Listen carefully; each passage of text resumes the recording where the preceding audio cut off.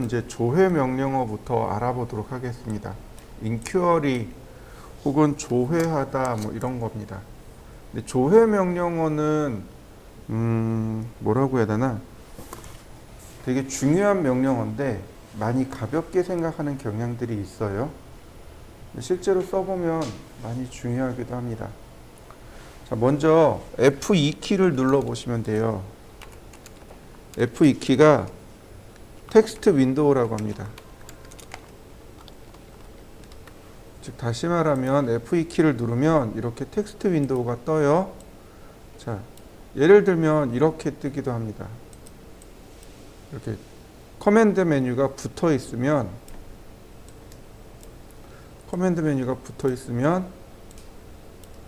이렇게 떠요. 커맨드 메뉴가 이렇게 떨어져 있으면 이렇게 뜹니다. 커맨드 메뉴가 붙어 있으면 이렇게 떠요. 한번 해보실까요? 먼저 거리를 재는 명령어가 id입니다. 아니 distance 거리를 측정하는 명령어예요. 예를 들어서 라인이 이렇게 있어요. 이 두 점 사이의 거리를 필요로 한다든지 수선의 거리를 필요로 한다든지 혹은 이 점에서 이 점까지의 거리를 알고 싶다든지 그럴 때 distance라고 하고 첫 번째 점, 두 번째 점 두 개를 찍어보면 이렇게 distance 거리값이 나오고 각도값이 나오게 됩니다. 자, 한번 해보실까요? 자, 다시 한번 볼까요? distance 클릭하고 perpendicular 수직점으로 클릭하면 이렇게 거리와 각도가 나오는데 디스턴스는 이게 전부 다예요. 거리를 측정하는 명령어인데 보시면 여기 각도가 소수점이 없는 게 보일 겁니다. 내가 정확하게 이렇게 그렸어도 이렇게 그리면 분명히 소수점이 없는 게 맞아요. 그러나 이렇게 비스듬하게 그렸는데 불구하고 소수점이 안 나와요. 이건 왜 그러냐면 유니트 명령어 때문에 그렇습니다. 여기 유니트 명령어. 자, 유니트를 실행해 볼까요? 유니트 명령어 실행하면 이렇게 나옵니다. length, angle 이렇게 보시면 돼요. 거리에 대해서, 각도에 대해서, 그리고 기본 단위에 대해서 이렇게 세 가지로 나옵니다. 거리에 대해서 디시멀, 십진법이며 프리시즌, 소수점 4자리까지 표현하겠습니다. 이 얘기입니다. 네, 앵글, 각도에 대해서 십진법으로 표기하고 소수점은 아예 표시하지 않겠습니다. 자, 소수점 2자리로 놔볼까요? 자, 오케이. 다시 한번 재보죠. 자, 비로소 소수점 2자리로 나오는 거 보이시나요? 각도가 정확하면 이렇게 0.00으로 떨어지지만 각도가 부정확하면 이와 같이 정확한 소수점으로 떨어지게 됩니다. 우리가 디스턴스 굉장히 많이 사용해요. 설계를 하다 보면은 거리를 잊어버리는 경우들이 많아요. 그래서 그 거리를 자주 잽니다. 그때 사용하는 명령어니까 꼭 기억해 두시면 되겠고요. 자, 이번엔 면적에 관련된 명령어를 설명드리도록 할게요. 면적입니다. 저는 면적을 되게 중요하게 생각을 해요. 왜냐하면 면적으로부터 나머지가 시작되는 경우들이 많아요. 예를 들어서 이런 거예요. 여러분들이 이제 취업을 나갔어요. 근데 이제 실장님이 혹은 팀장님이 와서 내일 여기다가 벽돌을 쌓을 거야. 벽돌 주문해놔. 그리고 들어가요. 퇴근해요. 그럼 자, 이 벽에 벽돌이 몇 장 들어갈까요? 주문은 하라고 했잖아요. 주문은 해야죠. 근데 몇 장 들어갈까요? 많이 남겼다라고 생각을 해보시죠. 반품이 안 돼요. 건축자재는 반품이 안 돼요. 그러니 많이 남길 수가 없어요. 모자라면 어떻게 돼요? 인부들이 다음날 또 와야 돼요. 그러니까 딱 맞춰야 돼요. 그래서 딱 맞춰서 주문을 해야 돼요. 그럼 생각해 보시죠. 이 벽에 벽돌이 몇 장 들어갔을까요?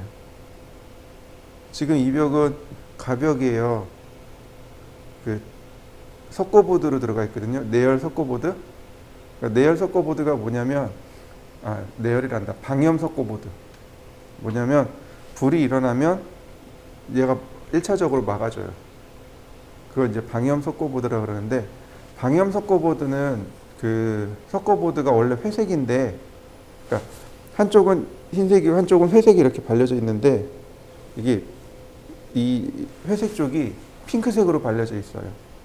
그래서 그 길거리 다니시다가 석고보드가 있는데 핑크색이 보인다 그러면 그건 방염 석고보드예요. 어쨌든 석고보드가 여기 도대체 몇 장 들어갔을까요? 갑자기 얘기하면 생각이 안 나요. 그죠? 근데 이렇게 생각하시면 돼요. 이 벽면의 전체 면적 나누기 벽돌 한 장의 면적이요. 그러면 벽돌의 개수가 나와요. 거기에 약 한 3% 정도 플러스 알파 해가지고 주문하면 돼요. 그럼 거의 저스트하게 남거나 그렇게 돼요. 이해되시나요? 예를 들어서 여기 바닥에 타일을 깔 거예요. 그럼 타일 주문을 해야 되잖아요. 그럼 어떻게 해요? 바닥 면적 나누기 타일의 면적 더하기 한 3%. 위에 여기 석고보드 이거 있잖아요. 보드 깔 쭉 있잖아요. 작업을 해야죠. 그럼 몇 장 주문하면 돼요? 천정과 바닥은 면적이 똑같잖아요. 그러니까 바닥 면적 나누기 이 석고보드 한 장 나누기 면적 나누기 하면 개수가 나온다는 얘기죠. 이해되시나요? 네. 이걸 뭐라고 부르냐면 적산이라고 합니다. 그러니까 적산이 멀리 있는 게 아니에요. 그러니까 사실은 이런 거 어디서 배웠냐면 우리 초등학교 때, 중학교 때, 고등학교 때 다 배운 거예요. 근데 이제 이 적산을 못 해가지고 되게 어려워하는데, 물론 이제 어려운 적산도 있어요. 예를 들어서 이 벽면에 벽돌만 들어가는 게 아니고 시멘트도 들어가고 모래도 들어가요. 그럼 시멘트의 양은 얼마나 들어가고 모래의 양은 얼마일까요? 이러면 이제 좀 어려워지는 거죠. 근데 그것도 뽑아내는 공식이 있어요. 그러니까 시멘트 대 모래의 비율이 있단 말이죠. 그 비율에 맞춰서 뽑아내는 공식이 있어요. 그러니까 그 공식대로 대입만 하면 바로 나와요. 근데 어쨌든 간에 그 첫 번째가 면적이라는 얘기죠. 면적을 먼저 잘 계산할 수 있어야 돼요. 자, 이런 것도 있어요. 건축 쪽은 아니지만 기계 쪽에서는 이런 것도 있어요. 예를 들어서 기계 같은 경우는 철 있죠, 철. 철은 중량 대비 팔아요. 1kg당 얼마 이렇게 팔아요. 그러니까 아침에 그 철공소 즉 철 판매하는 데 있죠. 거기다 전화해가지고 오늘 철 1kg당 단가가 얼마예요? 라고 물어봐야 돼요. 뭐 한 2, 3일에 한 번 정도 물어보면 돼요. 보통 1kg당 뭐 한 9,000원, 만원 이 정도 어디 해요. 그러니까 예를 들어서 1kg당 만원이라고 가정을 해보죠. 근데 내가 설계를 했어요. 저기 난간 있잖아요. 난간 손잡이 같은 거 다 철이잖아요. 네, 철을 이제 설계를 해가지고 그 난간 손잡이를 철봉으로 만들 거예요. 그러면 걔 중량이 어떻게 나오죠? 여러분들이 설계를 했잖아요. 그죠? 그러면 그 중량을 뽑아내야 된단 말이죠. 중량을 어떻게 뽑아낼까요? 간단해요. 면적 곱하기 높이. 그잖아요. 그럼 최적이 나오죠. 거기에 비중을 곱하면 중량이 나와요. 이해되셨나요? 최적을 구해야 돼요. 최적. 면적 곱하기 높이 곱하기 비중. 그러면 중량이 나옵니다. 그럼 그 중량에다가 단가를 곱해요.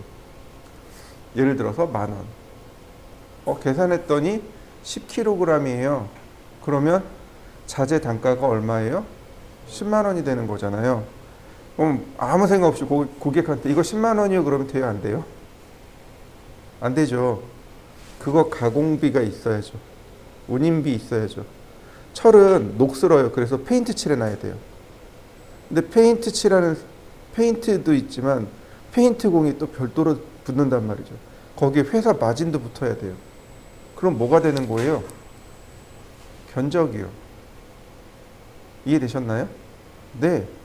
그게 다 면적으로부터 시작을 해요. 그러니까 면적자 계산하는 사람들이 결국 이런 거 잘해요. 결국은 거기서부터 시작해요. 저 면적으로부터 시작합니다. 그러니까 견적 내는 게 어려운 게 아니고 뭐 적산하는 게 어려운 게 아니에요. 사실은 우리가 그걸 생각을 못해서 그런 것뿐입니다. 그래서 종종 연락이 와요. 적산하는 법만 안 가르쳐 주시나요? 이렇게 연락이 와요. 굳이 저걸 가르쳐 줘야 될 이유가 없잖아요. 그러니까 전체 면적 나누기 하나 면적 그럼 나오는 건데 그걸 굳이 뭐 적산이라고 가르쳐 줄 거 있나요? 물론 어려운 적산들도 많아요. 근데 기본 적산은 그렇게 간단 말이죠. 굳이 가르쳐 줘야 될 이유가 없는 거죠. 나머지는 이제 현장 가서 부딪혀가면서 이제 배우는 수밖에 없는 거죠. 자, 면적을 보도록 하죠. 제가 사각형을 그릴 겁니다. 렉탱글 골뱅이 1000,1000입니다. 주몰. 자, 여러분들도 이렇게 사각형 하나 그려보시죠. 반지름 500. 얘는 반지름이 1000,1000이고 얘는 반지름이 500입니다. 하나 그려보시죠. 자, 보시죠. 1000mm에 1000mm. 몇 미터일까요?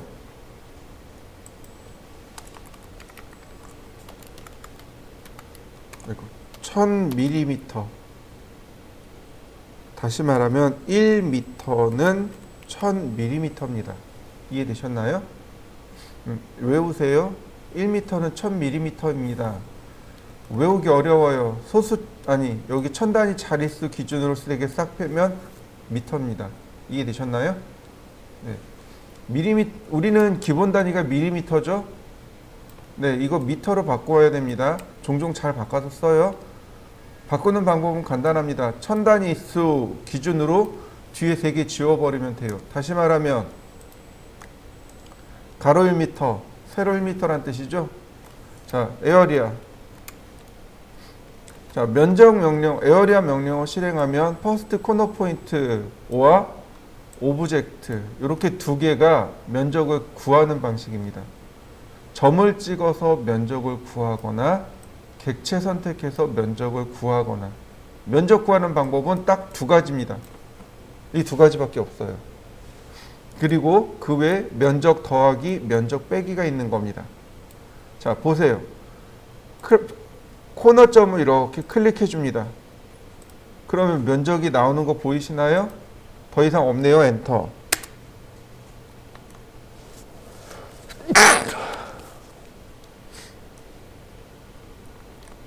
자, 그러면 여기 면적 나오는 거 보이시나요? 자, 제가 이거 복사하죠.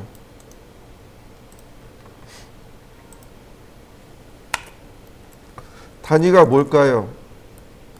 밀리미터 제곱이겠죠.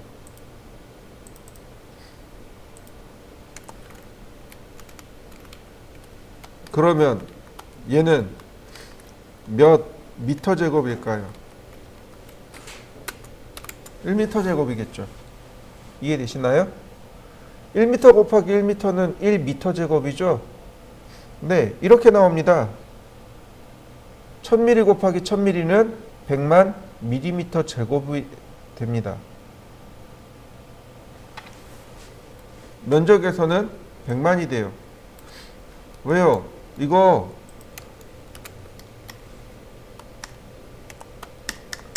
1000 곱하기 1000이죠? 맞습니까? 그러니까 공 3개가, 아니 공 6개가 붙는 거죠? 이거를 잘 파악하셔야 돼요. 일부러 이렇게 복사해가지고 천 단위 자릿수를 찍어 놓으면 금방 파악할 수 있습니다. 자, 여러분들도 한번 계산해 보시죠.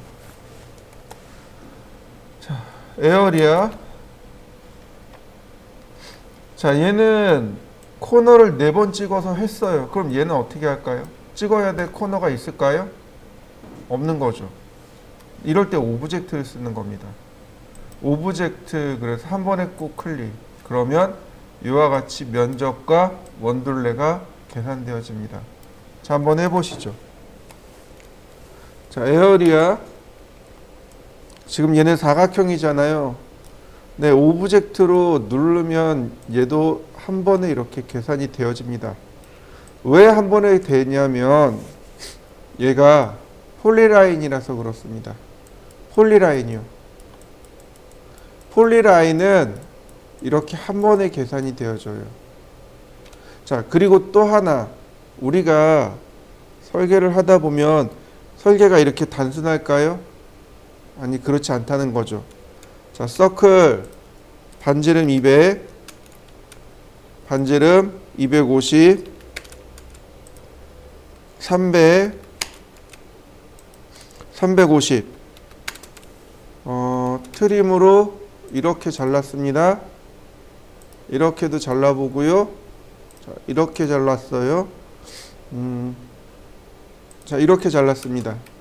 얘는 면적이 얼마일까요? 자, 한번 계산해 보시죠. 우리가 이걸 하기 전에 먼저 체크해야 할 명령어가 있습니다. 익스플로드요. 조인과 익스플로드, 이렇게 두 개를 먼저 체크하고 넘어가야 됩니다. 익스플로드는 분해 명령어고요. 조인은 익스플로드 된 객체를 다시 연결할 때 쓰는 명령어가 조인입니다. 이 조인을 알아야만 쓸 수 있어요. 자, 다시 보세요. 익스플로드는 분해입니다. 여기 있어요. 익스플로드 여기 있습니다. 자, 렉탱글, 폴리건. 얘네들은 둘 다 폴리라인이라고 했습니다. 폴리라인이라 얘네들은 전부 다 하나로 이어져 있다고 했습니다. 이와 같이요. 근데 분해하면 이거 다 떨어져요. 이렇게. 자, 여러분들도 하나 만들어서 분해 한번 해보시죠. 조인 명령어는요, 이렇게 동일선상에 있는 경우 이렇게요. 이 선과 그러니까 왼쪽에 있는 선과 오른쪽에 있는 선이 이렇게 동일선상에 있는 경우, 혹은 이렇게 끝점이 맞닿아 있는 경우, 끝점이 딱 맞닿아 있는 경우, 이렇게 두 개를 작업할 수 있는데, 모디파이에 보시면 바로 여기 조인이 여기 있어요. 원본 선택하고 나머지 붙어야 될 객체를 선택하고 엔터. 하나로 붙는 거 보이시나요? 다시 보세요. 조인, 엔터. 다시 봅니다. 선택하고 엔터. 하나로 연결되는 거 보이시나요? 다시 봅니다. 조인, 두 개 동시에 선택하고 엔터. 다시 봅니다. 선택하고 하나 레이어를 바꾸겠습니다. 조인, 선택하고 엔터. 어떤가요? 바뀌는 거 보이시나요? 자, 이렇게요. 자, 한번 해보시죠. 자, 그렇다면 얘네들 아까 우리가 이렇게 분해시켜 놨었잖아요. 얘네들도 조인하면 돼요. 조인. 그러면 이렇게 10개의 오브젝트가 2개의 폴리라인으로 컨버티드, 변경되었습니다. 이렇게 바뀐단 말이죠. 그럼 얘네들도 마찬가지로 조인으로 엔터. 그러면 이와 같이 얘 2개로 바뀌었네요. 한 번 더요. 조인. 자, 이와 같이 조인이 되어지면서 하나의 객체로 인식을 시켜버립니다. 이렇게 만들어 놓고 비로소 에어리아 오브젝트, 그리고 한번 꾹 클릭. 그러면 면적과 둘레가 계산되어집니다. 이번엔 이렇게 2개의 면적을 더해 볼까요? 에어리아 그 다음에 add area로 갑니다. 면적 더하기. 그러면 이 안에 코너 포인트를 이용해서 혹은 객체 선택을 이용해서 면적 계산하기가 나옵니다. 그러니까 오브젝트 누른 다음에 한 번, 두 번. 그럼 면적 두 개 다 계산되어진 거 보이시나요? 엔터.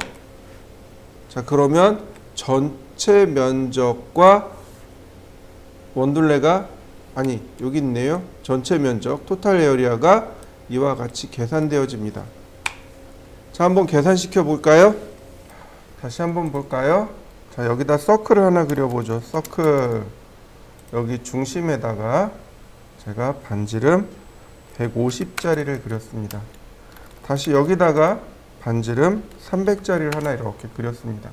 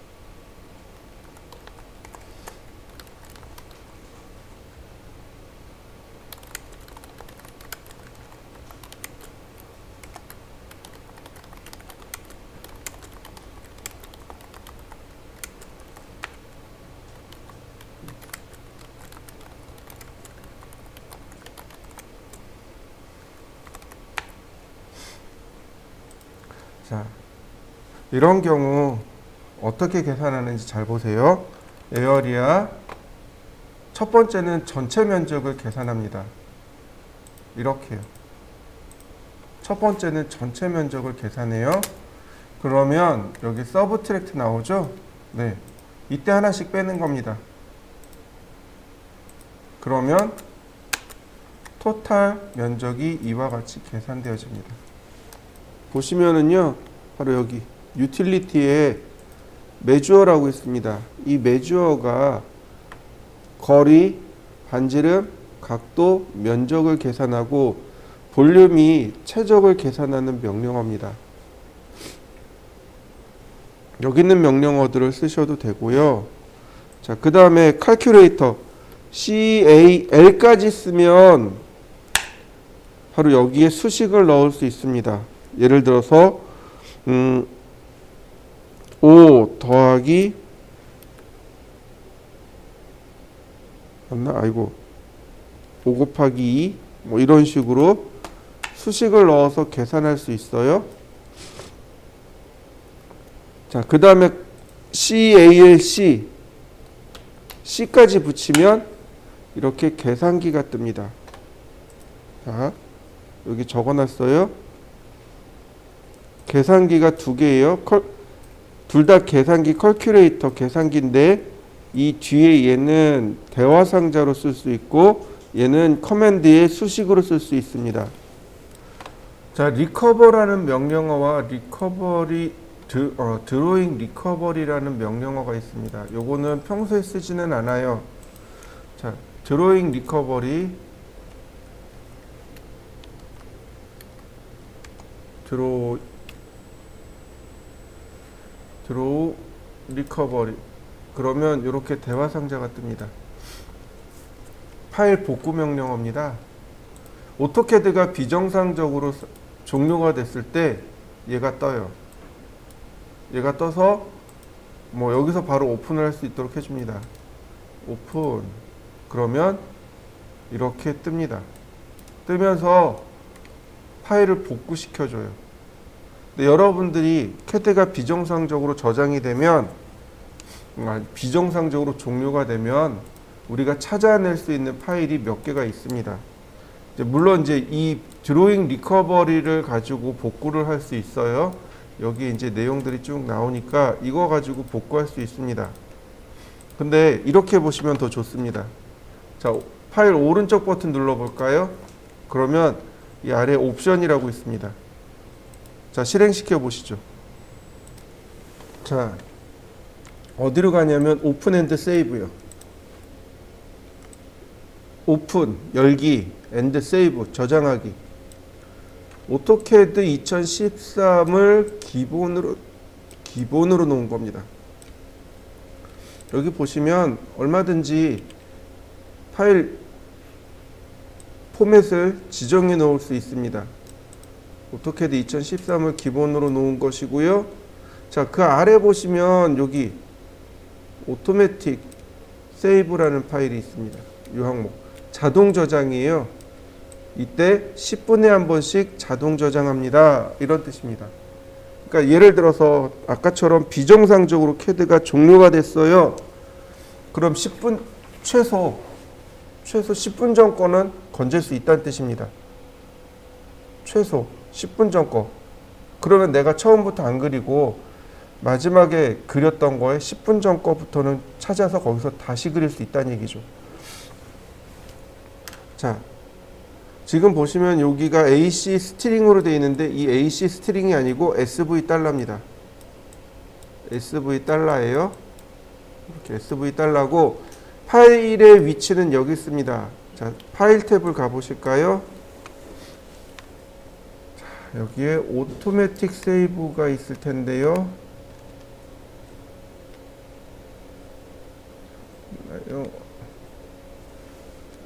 자, 보시면은 이 중간에 오토매틱 세이브 파일 로케이션이라고 하는 항목이 있습니다.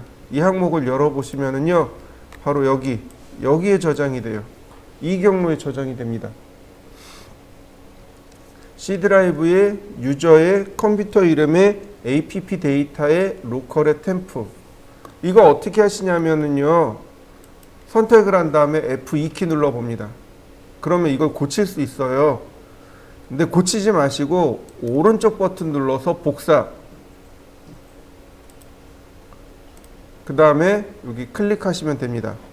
그 다음 파일 탐색기를 실행을 하세요. 그리고 여기 붙여넣기.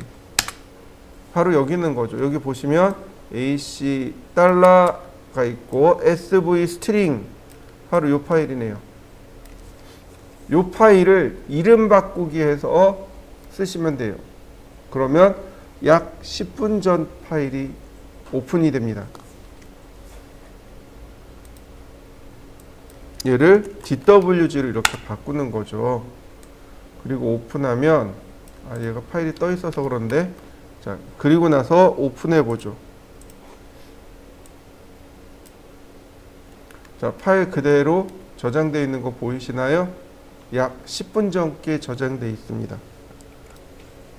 이번엔 수정 명령어에 대해서 알아보도록 하죠.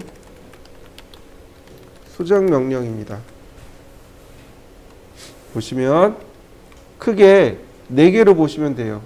이동하기, 회전하기, 크기 바꾸기, 삭제하기. 이렇게 크게 4개입니다. 나머지는 비슷한 명령어들끼리 다 묶어 놓은 거예요. 그러니까 이동 명령어와 카피 명령어가 비슷하고요. 카피 명령어와 어레이 명령어가 비슷하고요. 미러까지가 이렇게 쭉 비슷해요. 로테이트는 비슷한 명령어 없고, 스케일, 스트레치, 랭슨, 익스텐드 다 비슷한 명령어입니다. 이레이즈, 트림, 브레이크, 디바이드, 메주어, 익스플로드. 근데 다만 익스플로드 반대가 조인입니다. 아까 요거 제가 보여드렸을 거예요. 자, 무브 명령어부터 보도록 하죠. 자, 이동하기. 그러면 객체를 선택해 달라고 합니다. 선택하는 방법 이렇게 하나씩 선택해도 되지만, 빈 공간 클릭, 포함 선택, 빈 공간 클릭, 걸침 선택, 또는 여기에 F를 누르고 엔터 치면 됩니다. F 엔터. 펜스입니다. 이렇게 펜스로 선택해도 됩니다. 자, 어쨌든 객체 선택이 끝났습니다. 엔터. 그러면 베이스 포인트, 기준점을 물어봐요. 그 다음에 목적지.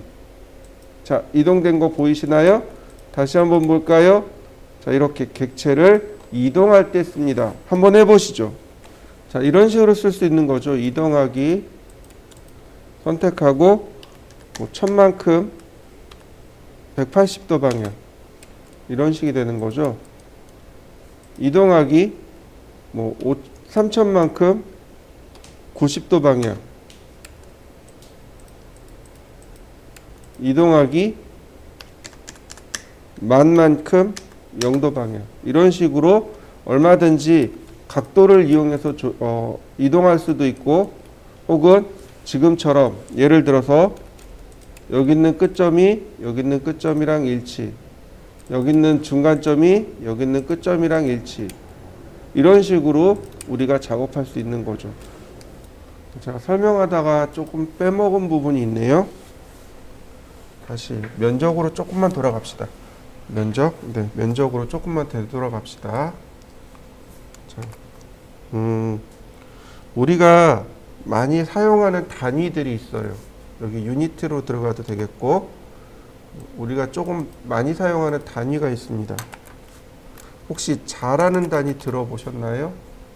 한자, 두자, 그 다음 1인치, 1피트 들어보셨나요?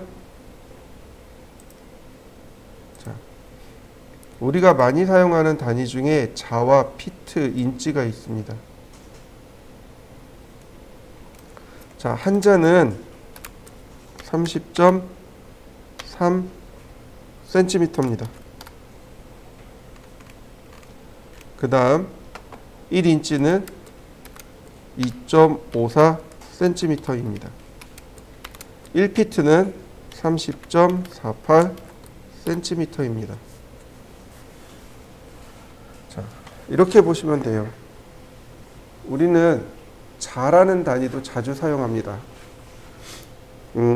한자 혹은 1피트 많이 사용해요. 자는 어디서 유래됐냐면 한 뺨에서 유래가 됩니다.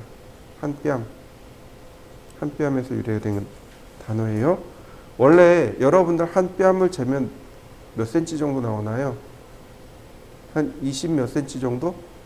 커야 한 25? 안 그러면 뭐 한 19? 이 정도 어디?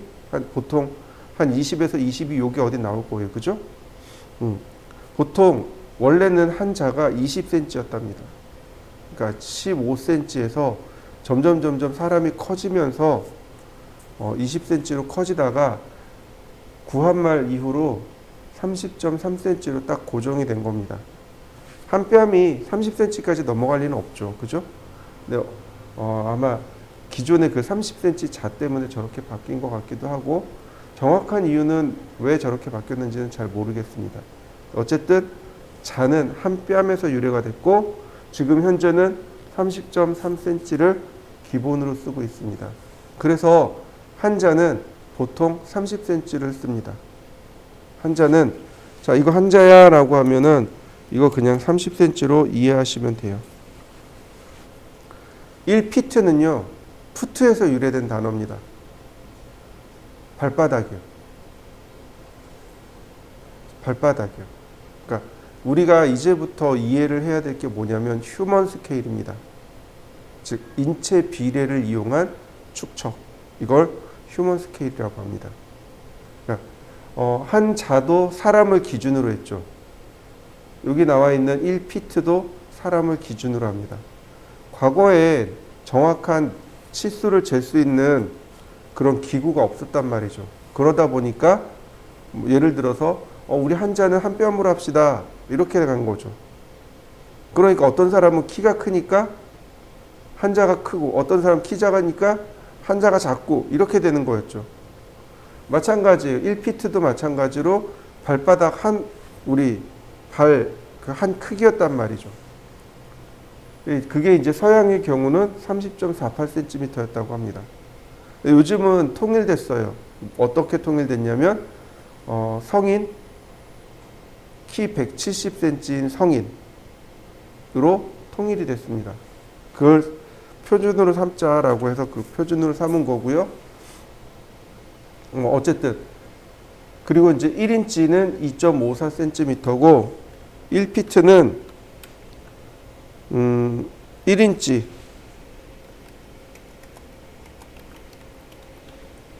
곱하기 12개. 이게 바로 1피트입니다. 1인치에 12를 곱하면 1피트가 돼요. 뭐 피트는 우리가 많이 안 쓰는 단위니까 그렇다 치고도 한 자라는 단위를 우리가 조금 이해를 해야 돼요. 저 자라는 단위는 어디서 많이 쓰냐면 목재, 즉 나무를 취급하는 쪽에서 아직도 자 단위를 많이 씁니다. 유리도 마찬가지로 자 단위를 많이 써요. 혹시 여러분들 장롱 사보신 적 있나요? 보통 이제 결혼하면 이제 장롱을 사야 돼요. 요즘 아파트 같은 경우는 붙박이장이 다 기본으로 붙어 있죠. 근데 예를 들어서 빌라를 살 거예요. 빌라에서 살 거예요. 그러면 장롱을 사야 돼요. 뭐 옷장, 그 다음에 뭐 이불장 뭐 이런 식으로 장을 사야 돼요. 그 장을 파는 가게에 가면 12자 장이요, 뭐 10자 장이요, 9자 장이요, 10자 반, 9자 반 이런 식으로 얘기를 해요. 그러면 이제 저게 뭔 소리지? 이렇게 나오는 거죠. 장롱, 그러니까 장을 취급하는, 결국은 장도 나무죠. 나무를 취급하는 회사는 아직도 자를 씁니다. 여러분들 합판 아시죠? 합판 가게 가면은요 이렇게 얘기해요. 12T 3의 9 세자에 9자짜리 주세요. 이렇게 얘기해요. 세자면 3, 3은 9, 900ml에 6자 3, 6, 18 네, 1800ml 1.8m짜리 이렇게 되는 겁니다. 그러니까 합판 쪽에서도 여전히 자 단위를 쓰고 있어요. 인치 같은 경우는 강목에서 많이 써요. 강목에서 인치 단위를 씁니다. 그러니까 꼭 기억하셔야 돼요. 그리고 유리집 같은 경우도 저 자 단위를 종종 써요. 혹시 그 물고기 키워보신 적 있나요? 어항이요. 이제 저는 이제 애들이 있으니까 애기들이 어리면 당연히 이렇게 가는 수순 중에 하나가 물고기 키우는 게 있어요. 처음에 뭐 곤충도 키우고 뭐 그 다음에 뭐지 저기 딸기도 키워보고 이렇게 키우는데 그 중에 하나가 물고기 키우기가 좀 있었어요. 그래서 어항을 이렇게 좀 사러 갔는데 자반어항이라는 게 있어요. 들어보셨나요? 자반어항. 콩자반은 들어봤는데 처음 들어보시죠? 한자 반 어항이요. 한자가 30cm입니다. 반이니까 15cm. 즉 자반 어항은 45cm를 말합니다. 45cm, 30cm, 30cm. 자반 어항. 저는 욕심이 많거든요. 그래서 자반 큐빅을 샀어요. 45cm, 45cm, 45cm. 그 물 부어놓으면 터질까봐 막 무서워요. 유리집이나 아니면 이런 합판집 혹은 목재집은 아직도 자단위를 사용합니다. 자, 그 다음에 우리가 또 많이 쓰는 것 중에 평이라는 단위가 있습니다. 평. 이건 면적입니다. 한 평이죠. 그죠? 보통 이제 집을 볼 때 이거 몇 평이요, 몇 평이요, 뭐 18평이요, 30평이요, 뭐 24평이요, 이런 식으로 얘기하잖아요. 그죠? 네. 이게 평은 면적을 뜻하는 겁니다. 그러면 한 평은 몇 미터 제곱일까요? 한 평은. 네. 한 평은 3.3 미터 제곱을 한 평이라고 합니다.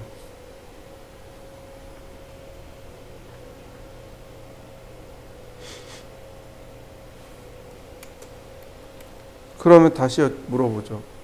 가로 얼마에 세로 얼마면 3.3이 나올까요? 네.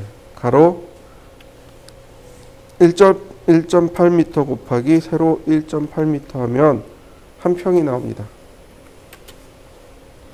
다시 말하면 이거는 6자 곱하기 6자입니다. 6자 곱하기 6자가 결국은 한 평입니다. 이런 것들은 외워두세요. 평 단위도 많이 써요. 아직도. 그 다음에 좀 알 수 없는 단위가 두 개가 있습니다. 해배, 루베.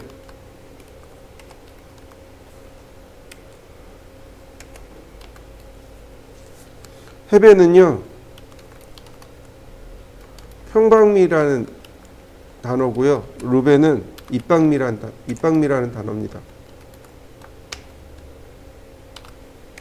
들어보셨나요? 평방미터, 입방미터. 평방미가요, 미터 제곱을 말하고요. 입방미가 미터 세제곱을 말합니다.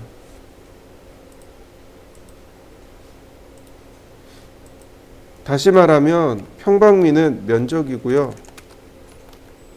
입방미는 부피입니다. 이거 일본식 한자의 일본식 발음이에요.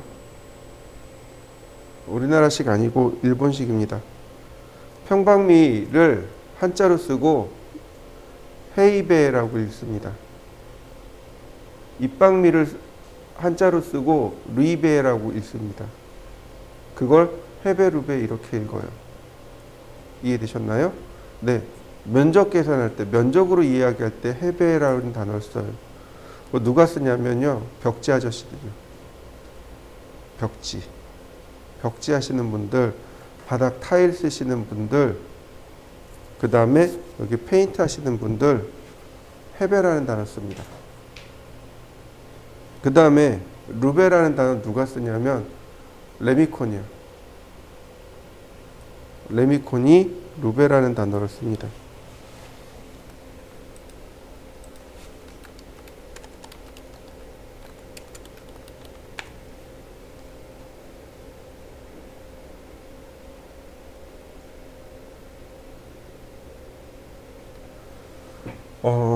레미콘이 시멘트하고 모래하고 자갈 섞으면 콘크리트가 되는 거고, 그 다음에 시멘트하고 모래만 섞으면, 네. 이제 그런 것들이 있어요. 근데 어쨌든, 그거 섞어서 오는 게 레미콘 차예요. 그거 다 믹서하는 거죠. 네. 그러니까 믹서 트럭 레미콘이라고 하죠. 이 레미콘의 용량은 6루베입니다. 6루베가 레미콘 차량의 용량입니다.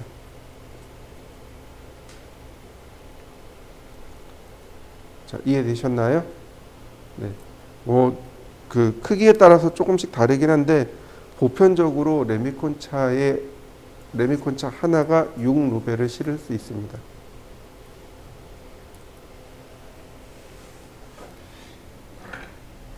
이제 재밌는 말이 있는데 앞사발이라는 게 있어요. 앞사발이 들어보셨나요? 그 앞에 바퀴가 4개 달린 거 있죠? 트럭 중에. 그걸 앞사발이라고 합니다. 앞사발이. 그러니까 레미콘 차 중에 그 앞에 바퀴가 4개 달린 게 있어요. 걔는 9루베. 걔는 9루베고 일반적인 레미콘 차는 6루베입니다. 이렇게 이해하고 계시면 돼요. 그래서 우리가 대화를 할 때 이런 단어들을 못 알아들으면 얕잡아 보여요. 아, 쟤 초보구나. 이렇게 받아들여요.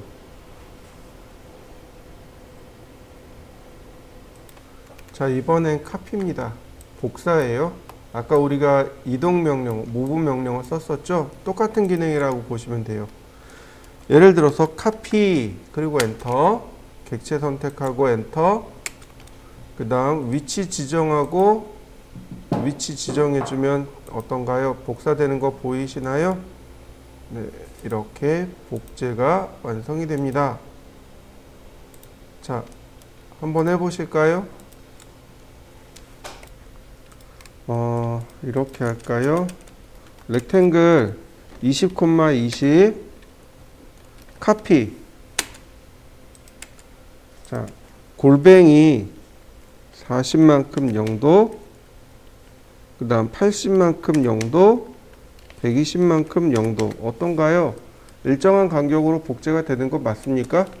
네, 시험 시작점에서 그 다음 시작점까지 이 값을 넣어주면 그 값에 맞춰서 이와 같이 복제도 가능합니다. 자, 한번 해보시죠. 자, 똑같은 방법이지만 이렇게도 복사가 가능합니다.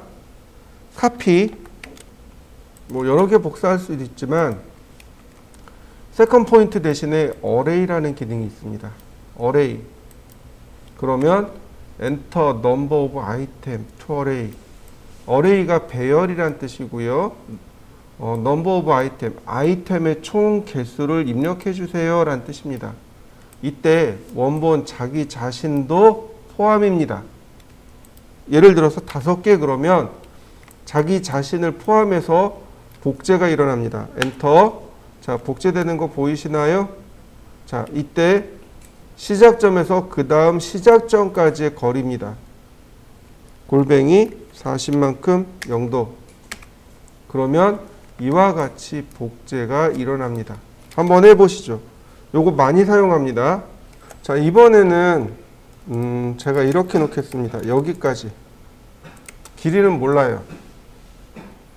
여기서부터 여기까지 길이는 몰라요. 예를 들어서 이런 식이 되는 거죠. 그냥 제가 그렸습니다. 이 사이에 5개를 복제하고 싶어요. 자, 카피 선택하고 어쨌든 여기가 제일 끝쪽이니까 기준점을 여기다 잡습니다. 클릭하고 어레이 5개. 자, 이때 세컨 포인트로 놓으면 이건 제대로 못 잡잖아요. 이때 피트로 놓습니다. 피트가 우리나라 말로 하면 맞추다 라는 뜻입니다. 그러면 이렇게 위치를 맞춰서 딱 5등분해서 넣을 수 있게 됩니다. 한번 해보시죠. 자, 이번에는 어레이라는 명령을 볼 거예요. 카피도 물론 많이 써요. 어레이도 많이 사용합니다. 자, 어레이. 자, 선택하고 엔터. 보시면 어레이가 3가지가 있습니다. 렉탱귤러, 패스, 폴라. 렉탱귤러는 사각형 배열, 패스는 경로 배열, 폴라는 원형 배열입니다. 자, 렉탱귤러를 눌러보죠. 자, 가로, 새로 나오는 거 보이시나요? 네, 여러분들 정투상 할 때 요거 쓰시면 조금 편해요. 또 이 위로 올라가서 보시면 컬럼과 로우의 개수가 나오고 비트윈, 간격이 나옵니다. 자, 컬럼이라고 하는 것은 이렇게 가는 개수를 말합니다. 총 4줄이 만들어졌네요. 로우, 그러니까 4칸이 되는 거죠. 1칸, 2칸, 3칸, 4칸. 로우는 줄입니다. 1줄, 2줄, 3줄. 이렇게 되겠네요. 네. 예를 들어서 1줄입니다. 그러면 조금 아까 봤던 거하고 똑같이 만들어졌죠? 네. 이때 개수를 5개로 놓으면 어떤가요? 조금 아까 했던 내용과 똑같은 모양이 만들어집니다. 자, 그리고 클로즈. 그러면 됩니다. 한번 해보실까요? 자, 이레이즈, 어레이. 선택하고 엔터, 렉탱귤러. 보시면 비트윈이라는 게 나와요. 비트윈이 뭐냐면 시작점에서 그 다음 시작점까지의 거리. 아까 이거 카피할 때도 똑같았었죠? 시작점에서 그 다음 시작점까지의 거리를 비트윈, 간격이라고 이야기합니다. 우리나라 말은 여기서부터 여기까지를 간격으로 인식하지만 오토캐드는 시작점에서 그 다음 시작점까지를 간격이라고 합니다.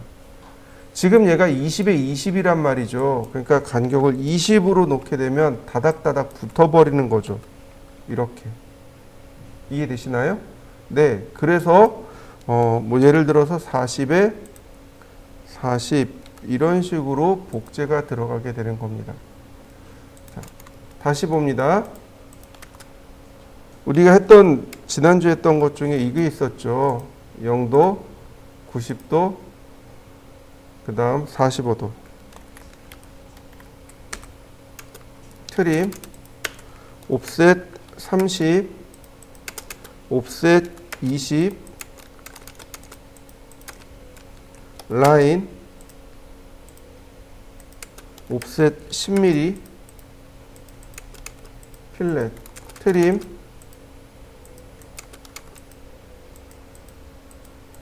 자, 우리가 이렇게 해서 정투상을 했었죠. 그 다음 어레이,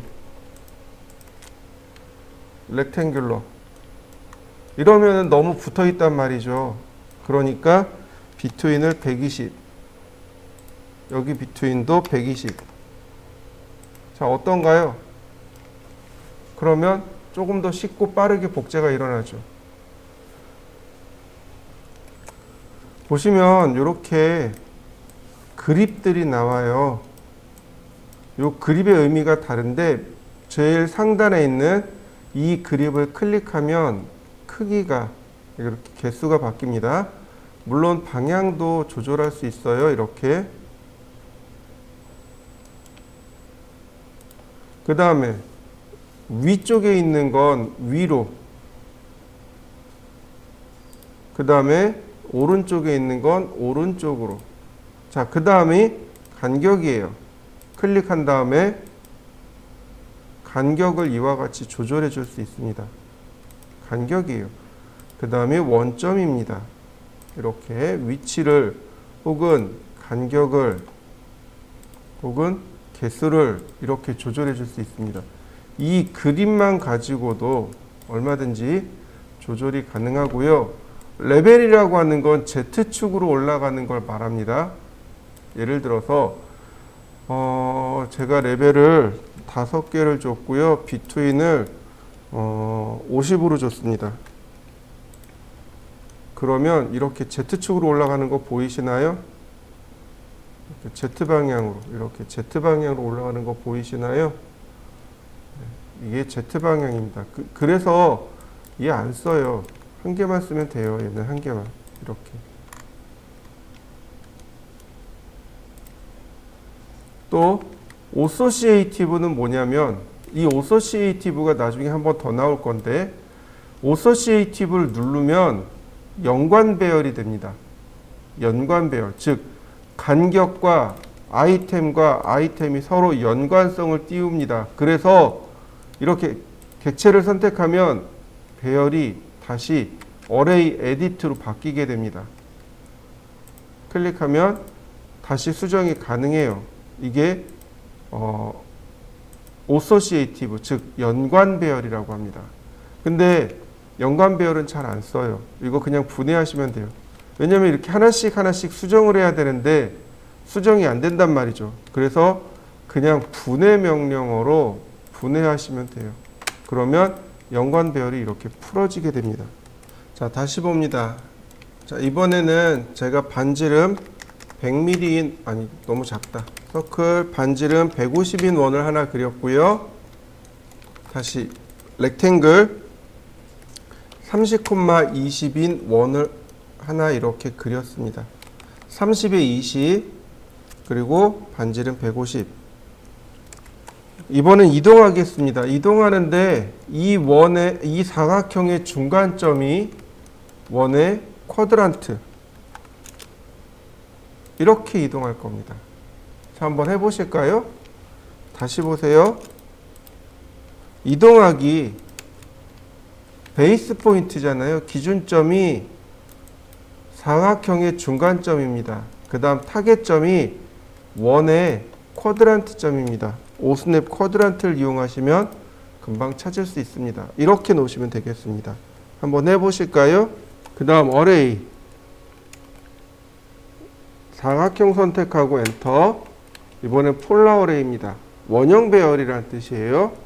폴라 어레이를 누르시게 되면 센터 포인트 오브 어레이, 즉 배열할 중심점을 물어봅니다. 제가 원하는 건 이 원을 타고 이렇게 돌아갈 거기 때문에 원의 중심을 클릭해 주시면 됩니다. 그러면 기본적으로 이렇게 나와요. 아이템의 개수, 그 다음 비트윈. 여기서 말하는 비트윈은 각도를 말합니다. 자, 예를 들어서 30도. 그러면 30도 동안 6개가, 그러면 12개, 그러면 360도가 되나요? 아, 아니군요. 자, 12개, 30도. 그러면 330도. 이렇게 바뀌겠죠? 자, 그 다음에 로우는 이렇게 태극기 모양으로 태극기처럼 이렇게 커지는 걸 말하죠. row는 그냥 하나로 주시면 되겠고요. 역시 associative 있습니다. 이건 끄세요.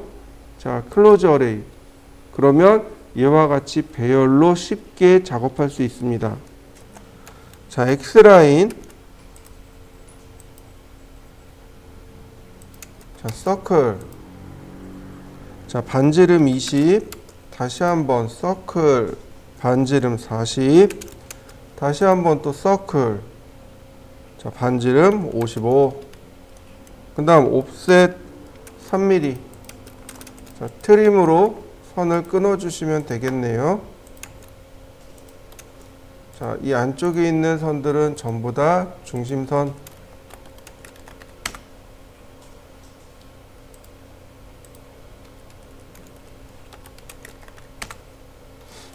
그 다음 서클.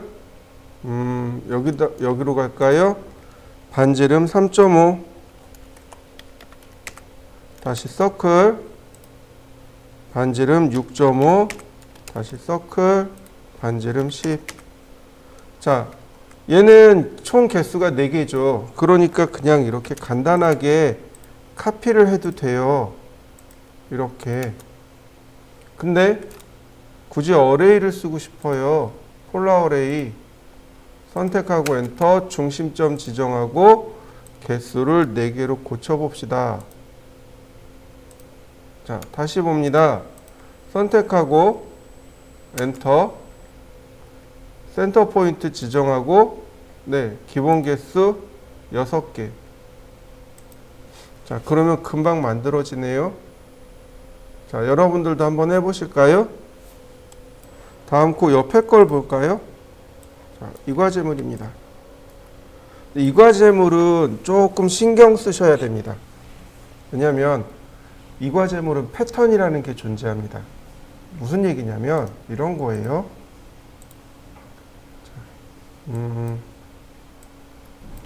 내가 여기서부터 여기까지 할 거예요. 그러면 요 구간이 매번 비겠죠. 그렇다고 이 두 개를 양쪽에다 놓으면 어떻게 될까요? 계속 중복이 되겠죠. 그러면 얘와 요만큼만 하게 되면 어떻게 될까요? 그러면 그 다음엔 여기와 이렇게 나오겠죠. 결국 마지막에는 이렇게 들어간다는 얘기죠. 이걸 패턴화라고 생각하시면 돼요. 자, 보시죠.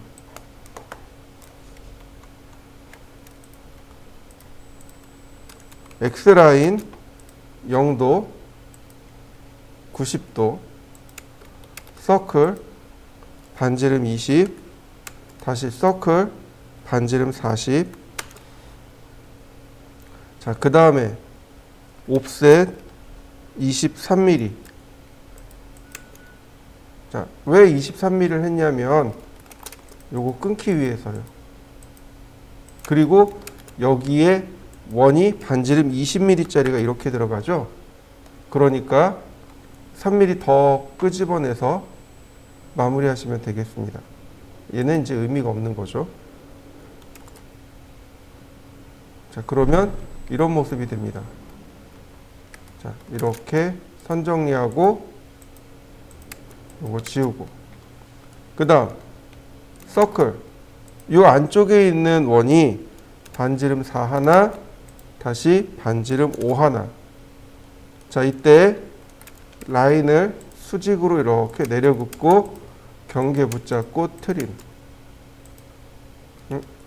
다시 트림.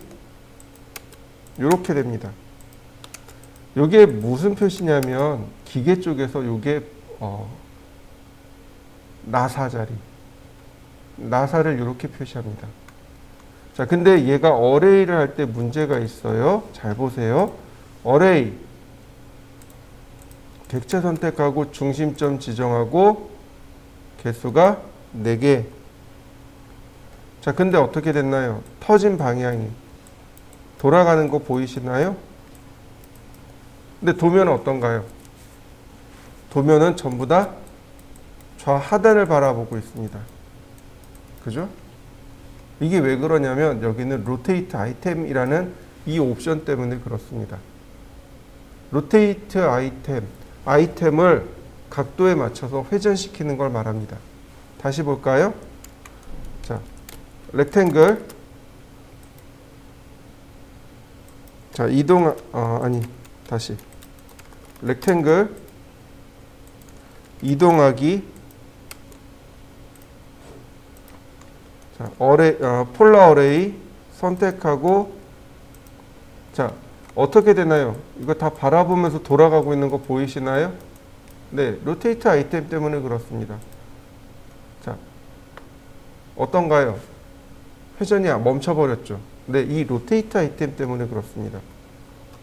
그렇다면 이 과제물은 어떻게 해야 돼요?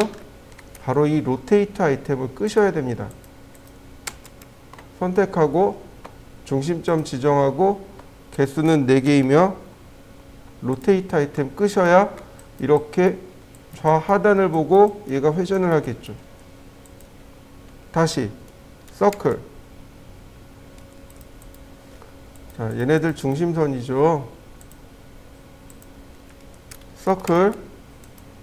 자, 반지름 5. 다시 서클.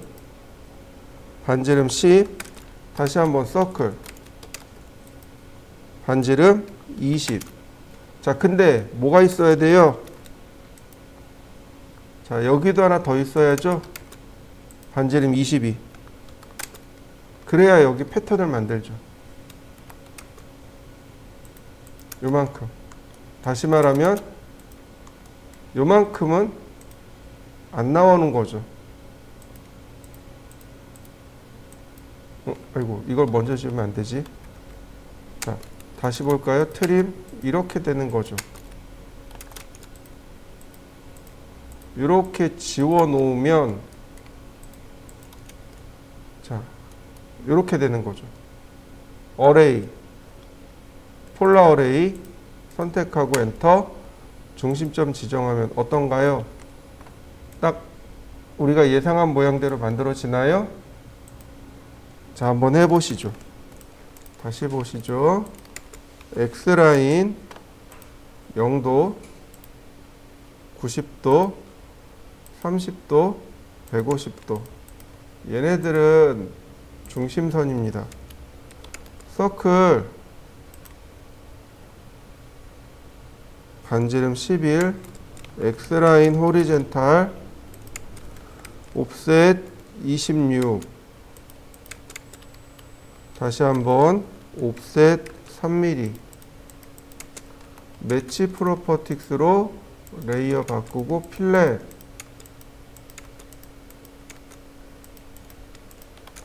자, 트림으로 선 끊으면 되겠고요. 자, 서클 반지름 19.5mm. 다시 한번 서클 반지름 25mm. 자, 얘는 중심선이 되겠고요. 서클 다이아메타 95mm. 옵셋 3mm. 트림. 자, 펜스로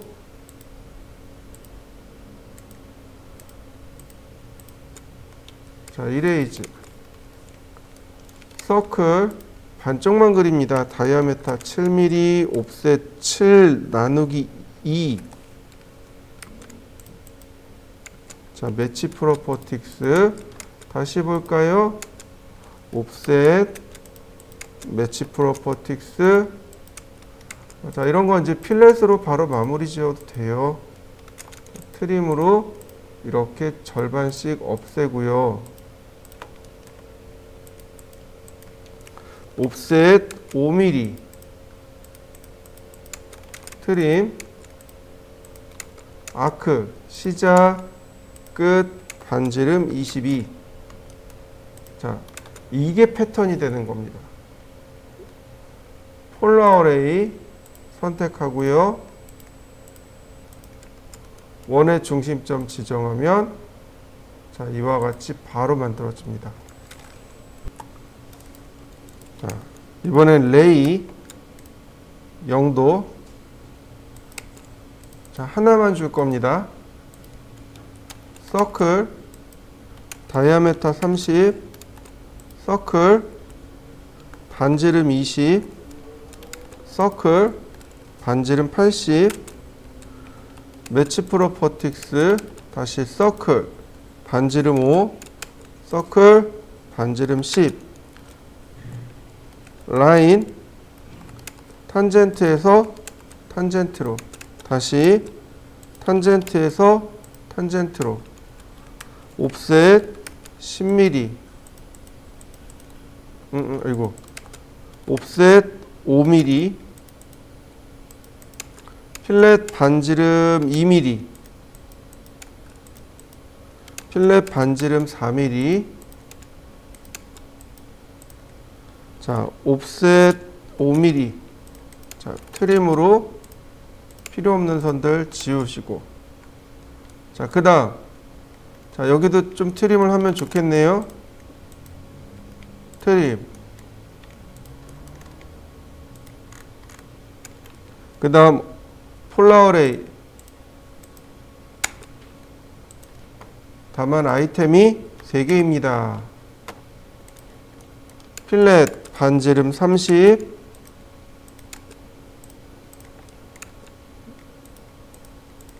트림 그러면 금방 만들어지네요. 자 밑으로 조금만 더 내려갑니다. X라인 0도 90도 매치 프로퍼틱스 서클 반지름 9mm X라인 버티컬 옵셋 22mm 옵셋 5 나누기 2 매치 프로퍼틱스 필렛 반지름 0으로 해서 그 다음 트림으로 끊어내면 되겠죠. 서클 반지름 19 다시 반지름 65 옵셋 11 다시 옵셋 5mm 트림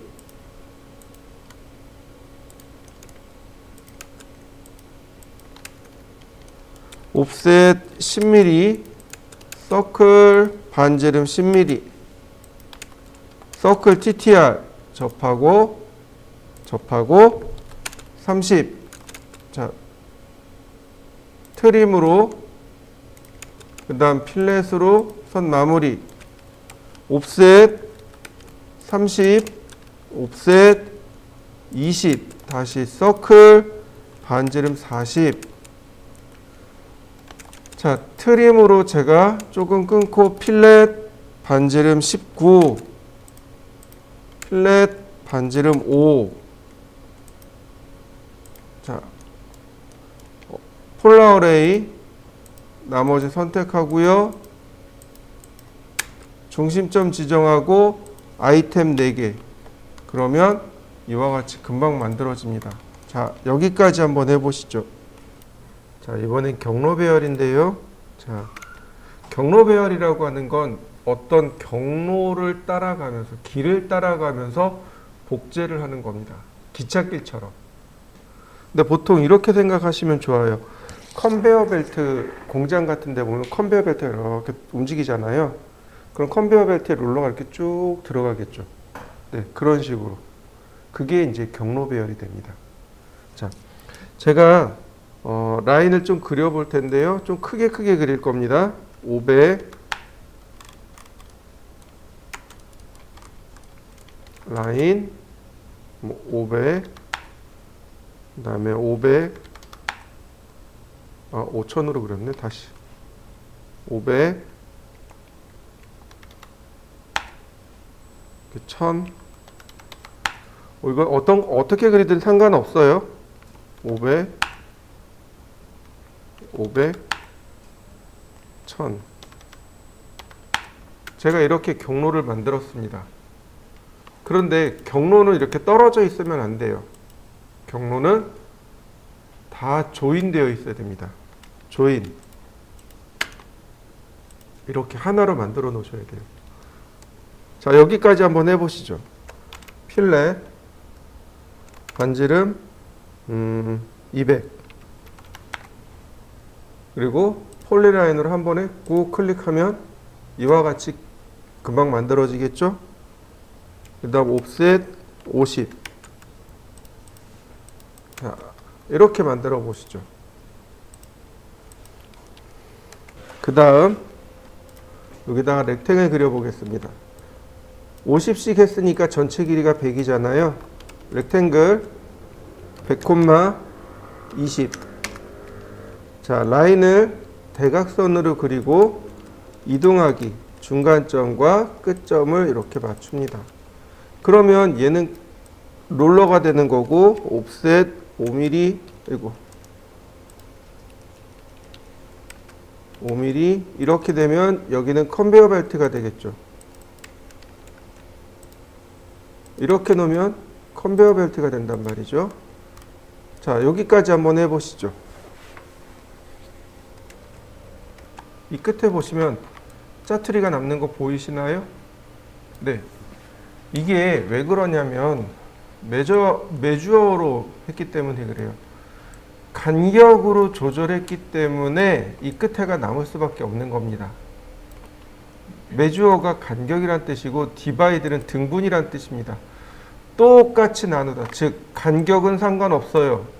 아이템 개수로 조절하는 겁니다. 예를 들어서 130개 그러면 아이템의 개수가 130개로 이와 같이 조절이 됩니다. 시작하는 부분과 끝부분까지 딱 맞게 들어가는 거죠. 그러니까 다시 말하면 디바이드하고 메주어 방식 두 가지가 있는 거죠. 자, 한번 해보시죠. 자, 이번엔 미러에 대해서 알아보도록 하겠습니다. 미러는 우리나라 말로 하면 대칭입니다. 제가 스플라인을 하나 그려보도록 하죠. 메서드를 CV 컵으로 해서 제가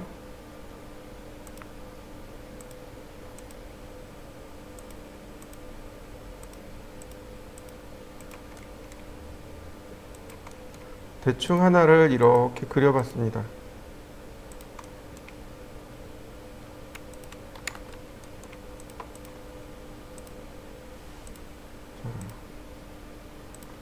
그리고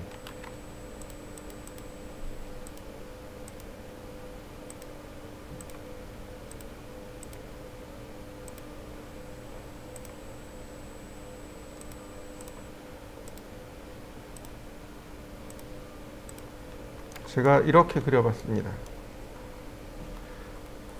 우리 초등학교 다닐 때 스케치북에다가 물감을 풀고 절반 딱 접었다 펼친 것 기억나시나요? 그걸 미러라고 합니다. 대칭이라고 해요. 우리가 미러가 거울이란 뜻이잖아요. 거울이 우리랑 대칭을 이루고 있죠. 네, 그래서 미러라고 하는 겁니다. 그 스케치북에다가 물감을 풀고 절반을 접어요. 그러면 스케치북 이렇게 접잖아요.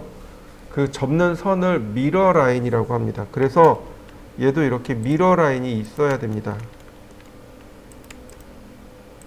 자, 이렇게 미러 라인을 만들어 놓고 미러 명령을 실행하죠. 미러, 거울, 선택하고 엔터.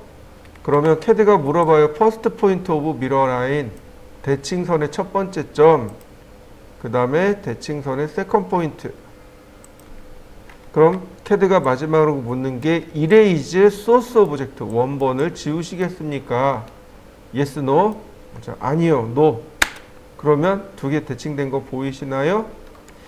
자, 타원 근처점, 서클 근처점. 자요. 만들어진 거 보이시죠? 여러분들도 한번 해보시죠. 자, 미러 라인이 이렇게 있다면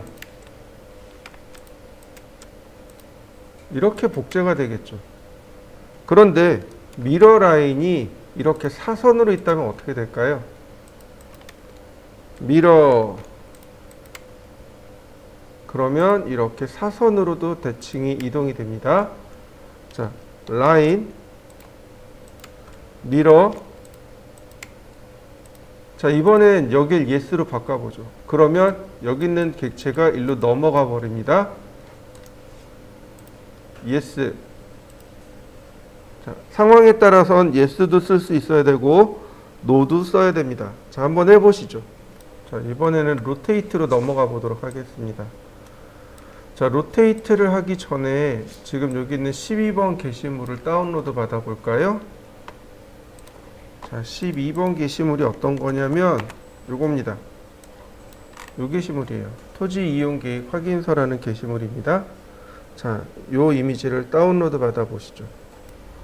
자, 사용하는 방법은 간단합니다. 드래그 앤 드랍입니다. 쭉 드래그해서 드랍. 그러면 이와 같이 들어옵니다. 제일 첫 번째가 인설션 포인트, 즉 이미지의 위치입니다. 엔터. 그 다음 크기, 스케일 팩터, 엔터. 그 다음 로테이션, 역시 엔터. 그러면 이와 같이 이미지가 들어옵니다. 한번 불러보실까요? 이 토지 이용 계획 확인서는 뭐냐면 건물을 짓기 전에 떼어봐야 될 서류 중에 하나입니다. 예를 들어서 누군가가 여기다가 건물을 지어주세요. 그럼 네 알겠습니다. 그리고 짓는 게 아니거든요. 확인해야 될 내용이 이런 거죠. 주소, 그 다음에 여기 지목 있죠. 대지랍니다. 대지고 면적이 274m 제곱이에요. 여기 임야도 있을 수 있겠죠. 공원이 있을 수도 있겠죠. 그죠? 이거 체크해 봐야 됩니다. 그 다음에 2종 일반 주거지역 7층 이하만 지을 수 있답니다. 2종 일반 주거지역 그러면 용적률이 나오고 뭐 이런 것들이 나와요. 그 다음에 조금 보면 뭐 군사시설이냐 농지냐 산림이냐 뭐 여기 12개의 항목이 나옵니다. 기타 제한 구역은 없습니다. 그 다음에 바로 이 부분 바로 여기에요. 보시면 88-7 대라고 돼 있잖아요. 대지란 뜻입니다. 여기 보시면 88-12 도라고 돼 있잖아요. 도로란 뜻입니다. 99-5 천으로 돼 있죠. 이거 하천이란 뜻입니다. 근데 여기 99-4 잡이라고 돼 있잖아요. 이 잡은 잡종지란 뜻입니다. 무슨 얘기냐면 도로가 이만큼 있고 천은 이렇게 아래로 이렇게 있을 거 아니에요. 위 고도 차이가 이렇게 날 거 아니에요. 그러면 이렇게 비탈길이 져 있겠죠. 경사면이 있겠죠. 바로 이 잡이 경사면이에요. 이렇게 경사면이어서 하천이 이렇게 있다는 얘기입니다. 그러면 이 경사면은 뭘로 쓸 수 있나요? 쓸 수 있는 데가 없죠. 네, 이런 걸 잡종지라고 해요. 이게 잡종지란 뜻이에요. 자, 그 다음에 여기 축척 보이시나요? 1:500. 그러니까 이 용지를 500배 키우면 실제 크기가 됩니다. 이런 뜻이 되는 거죠. 또 여기 동서남북 표시되어 있는 거 보이시나요? 표시 안 돼 있죠. 그죠? 무슨 얘기냐면 이 위쪽이 북쪽이란 뜻입니다. 이 아래쪽이 남쪽, 오른쪽이 동쪽, 이쪽이 서쪽이 되는 겁니다. 이 그림을 보고 이걸 파악하는 거고 우리는 요만큼의 대지를 따내야 됩니다. 자, 배경색이 흰색이라 잘 안 보여요. 라인, 선을 이렇게 중간으로 따야 됩니다. 커서 잘 확인해 보셔야 돼요.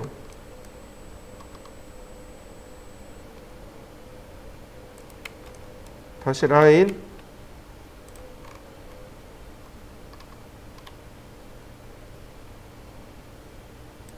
다시 한번 또 라인.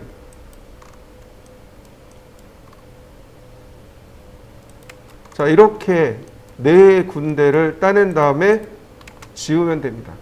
필렛, 반지름 0. 그러면 내가 그려야 될 대지가 완성이 된 거죠. 그 다음에 우리가 여기다가 뭘 하냐면 방위 표시를 해야 됩니다. 이쪽이 북쪽이라고 이렇게 표시를 해줘야 돼요. 자, 방위 표시하는 방법을 알려드릴 테니까 잘 보세요. 서클, 반지름 10mm, 라인, 자, 쿼드란트. 이렇게 쿼드란트로. 자, 옵셋 4mm, 옵셋 2mm, 필렛.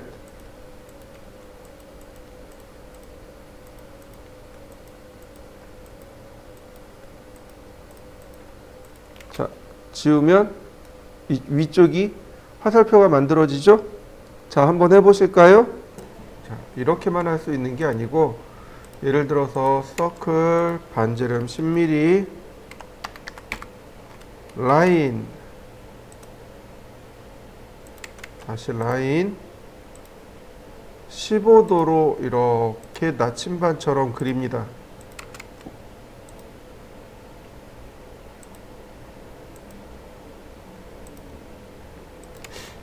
그 다음에 필렛으로 연결을 해주세요. 라인, 다시 볼까요? 필렛으로 연결을 합니다. 트림으로 다시 끊어주세요. 다시 필렛으로 자, 연결을 해주세요. 이렇게 트림으로 끊습니다. 다시 볼까요? 필렛, 라인,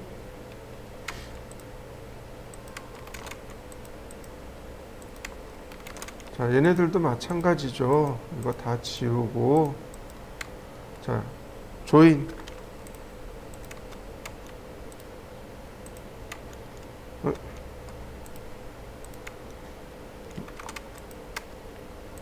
뭔가 좀 삐뚤어졌나 본데요.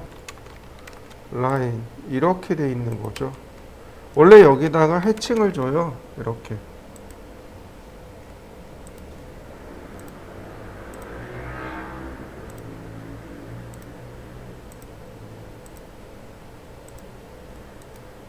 이런 식으로 표시합니다. 원래는. 근데 아직 우리는 해칭을 안 배웠으니까 이렇게도 그려볼 수 있어요. 이것만 있을까요? 아니죠.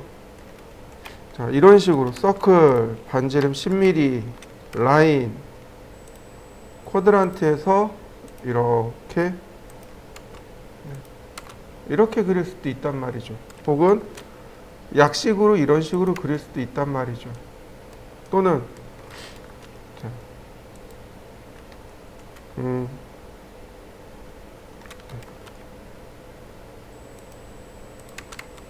이런 식으로 이렇게 약식으로 이렇게 그릴 수도 있어요. 그러니까 방위 표시하는 방법들은 굉장히 많습니다. 그러니까 이런 방법들이 제일 많이 쓰여요. 자, 한번 해보시죠. 보시죠. 로테이트라는 명령어는 회전 명령어입니다. 자, 이동하기 옆에다 이렇게 붙여놨습니다.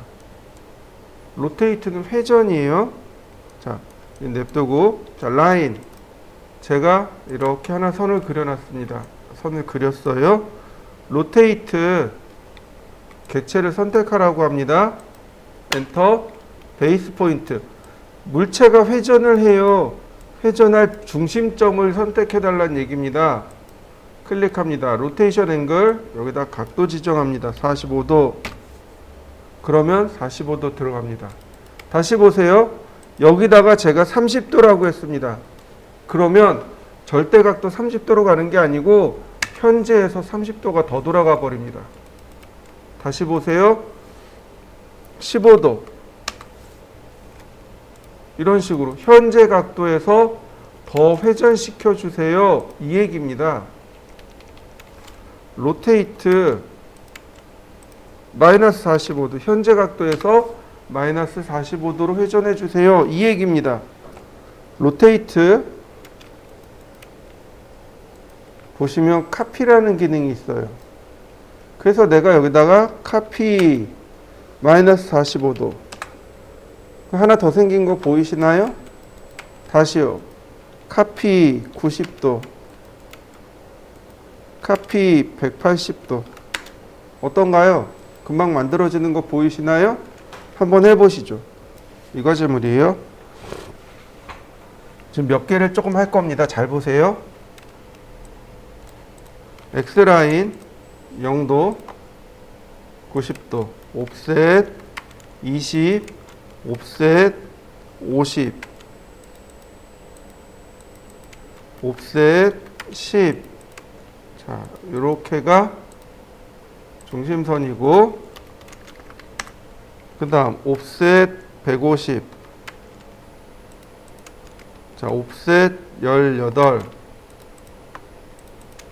트림. 이때 로테이트. 여기 기준으로 해서 플러스 10도, 여기 기준으로 해서 마이너스 10도. 나머지 필렛.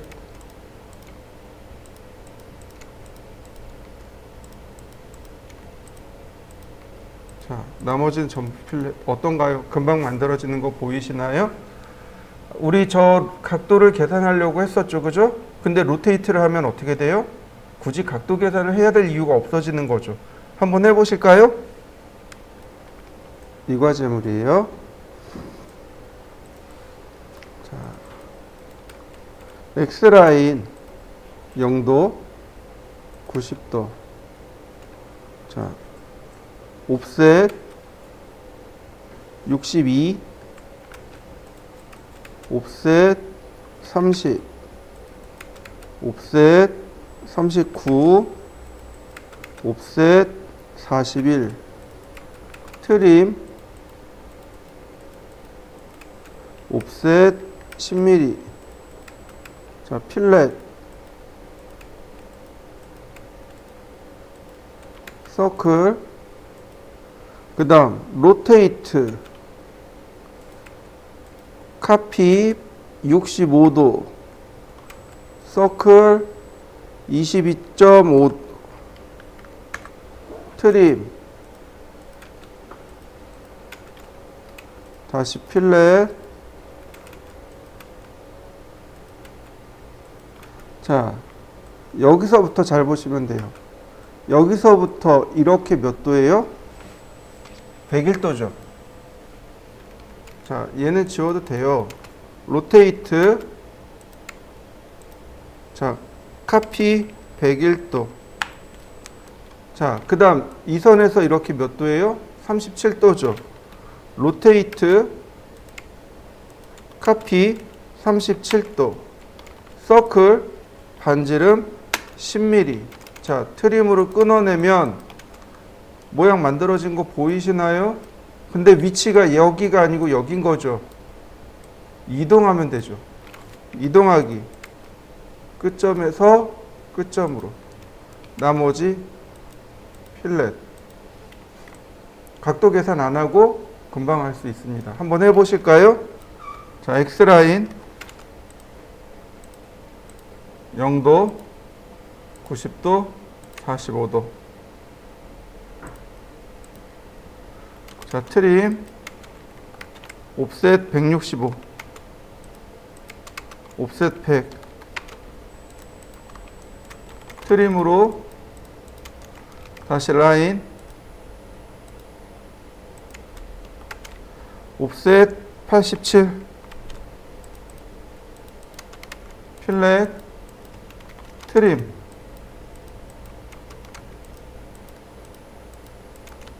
자, 그 다음 여기가 75도입니다. 이 각도가 75도예요. 로테이트 선택하고 카피 마이너스 75도 필렛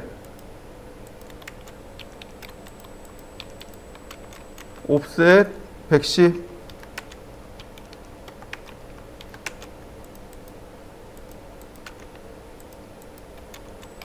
선 연장하고요.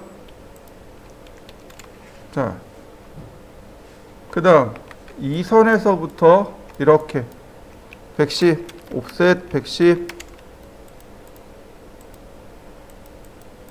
자, 이렇게 40이랍니다. 자, 로테이트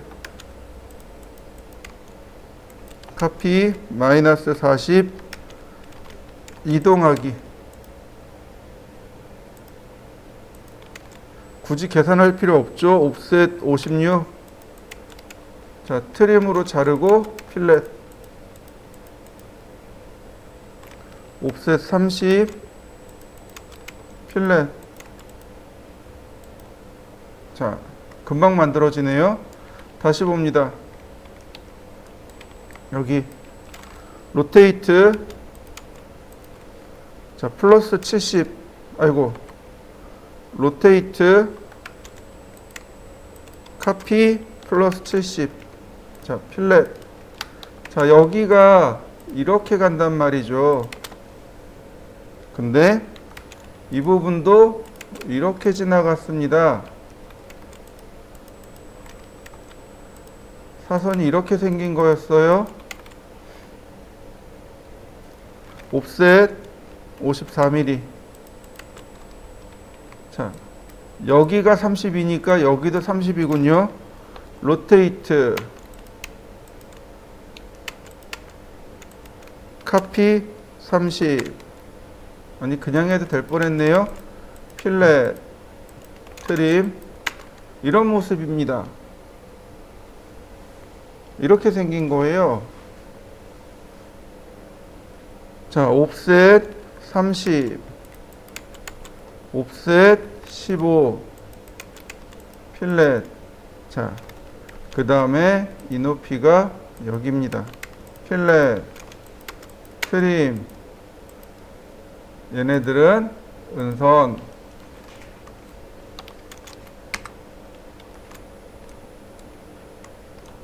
자, 여기고요. 자, 이런 모습이 돼요. 다시 라인. 여기고요. 여기군요. 이렇게요.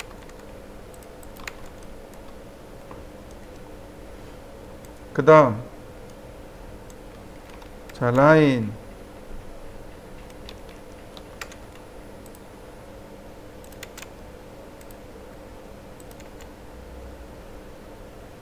자, 그리고 라인. 다시 한번 또 라인. 자, 여기가 어디냐면 여기란 말이죠. 그러니까 선을 끌고 가면 이렇게 됩니다.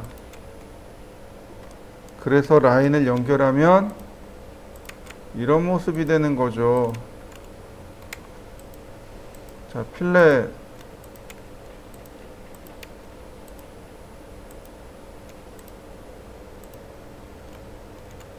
선 연장하고 트림. 이렇게 됐네요. 자, 이 부분 라인을 그리면 여기네요. 자, 라인 여기군요. 자, 이 부분입니다.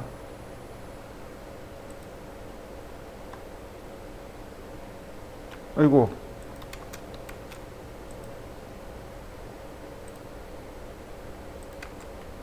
자, 필렛, 트림. 그 다음에 이 부분 여기군요. 자, 라인, 필렛. 자, 이런 모습입니다.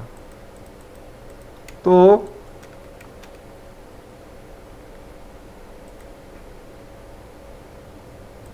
자, 이렇게 들어가는 거죠. 매치 프로퍼틱스. 자, 여기가 여기네요. 선이 이렇게 은선으로 갑니다. 라인, 필렛. 이런 모습으로 그려졌습니다. 자, 이쪽에 서클 반지름 35mm. 자, 트림으로 제가 이렇게 끊었고요. 옵셋 100mm. 아이고, 선이 없네요. 옵셋 100mm. 여기까지군요.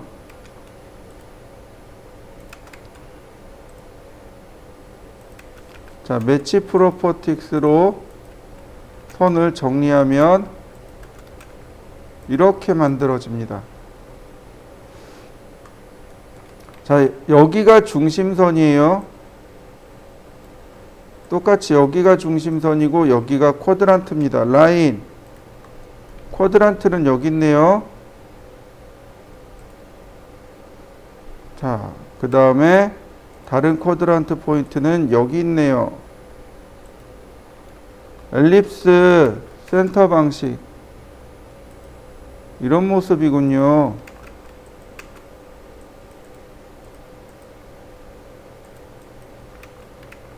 그리고 필렛.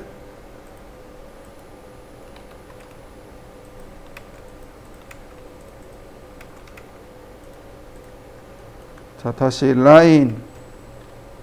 여기서부터 여기까지. 매치 프로퍼틱스. 다시 한번 필렛. 이렇게 만들어집니다. 이 예제가 로테이트 카피와 로테이트를 이용한 예제라고 하시면 되겠습니다. 자, 한번 해보시죠. 제가 선을 이렇게 대충 그려봤습니다. 얘가 몇 도인지 몰라요. 얼마만큼 기울어져 있는지 모르지만 내가 원하는 건 얘가 45도가 되길 원합니다. 자, 좀 쉬운 거부터 해볼까요? 자, 30도로 놨습니다. 이 선은 30도 선이고 이 선은 몇 도인지 모릅니다. 이 30도 선을 45도로 바꾸고 싶어요. 로테이트 기준점 클릭하고 나면 레퍼런스라고 하는 기능이 나옵니다. 이게 되게 중요해요. 참조하다란 뜻입니다. 자, 지금 현재 앵글, 현재 각도. 얘가 지금 현재 30도죠? 네, 30도, 엔터. 새로운 각도, 45도, 엔터. 그러면 이와 같이 새로운 각도로 넣어줄 수 있습니다. 자, 보세요. 지금 45도 맞나요? 다시 봅니다. 로테이트. 기준점 클릭하고 레퍼런스. 현재 45도죠? 얘를 15도로. 15도 맞나요? 이건 절대 각도입니다. 로테이트. 레퍼런스. 현재 각도 15도, 135도. 자, 135도로 바뀌는 거 보이시나요? 이렇게 하는 게 레퍼런스의 기능인데 중요한 거 뭐냐면 얘가 몇 도인지 모르는 거죠. 얘를 45도로 바꾸고 싶어요. 로테이트, 레퍼런스. 여기에 참고할 만한 각도를 넣어야 되잖아요. 모르잖아요, 현재. 그러니까 베이스 포인트와 그 반대되는 점을 클릭해 줍니다. 이렇게요. 그 다음에 45도 엔터. 그러면 절대각도 45도로 맞출 수 있습니다. 이게 중요해요. 이거 한번 해보시죠. 우리가 여기까지 했습니다. 근데 이 사선이 몇 도인지 몰라요. 그죠? 이렇게 놓고 설계할 수가 없는 거죠. 로테이트 전체 다 선택하고 그 다음 기준점 클릭하고 레퍼런스 기준점과 반대점 클릭하고 0도 엔터. 그래야 이렇게 해야 비로소 여기다가 내가 도면을 그릴 수 있겠죠. 이쪽이 북쪽 이렇게 됩니다. 자, 이해되시나요? 자, 제가 도면을 하나 오픈시켜 봐 드릴게요. 한번 보세요.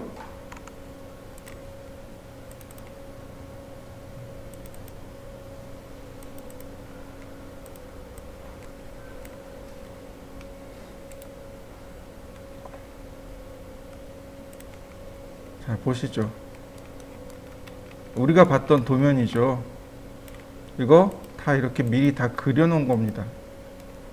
근데 여기 보시면 북쪽이 왜 나왔을까요? 어떻게 나왔을까요?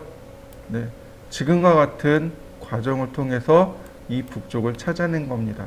자, 한번 그려보시죠. 자, 이번엔 스케일입니다. 렉탱글 제가 20에 20짜리 사각형, 렉탱글 20에 20짜리를 하나 이렇게 그려봤습니다. 그리고 제가 치수를 이렇게 얹어봤습니다.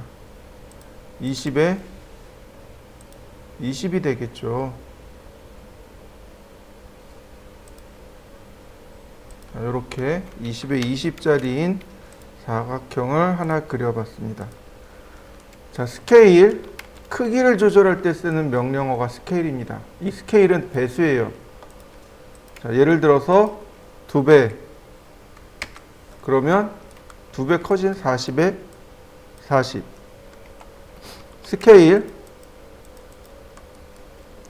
0.5, 그러면 다시 2분의 1이 되겠죠.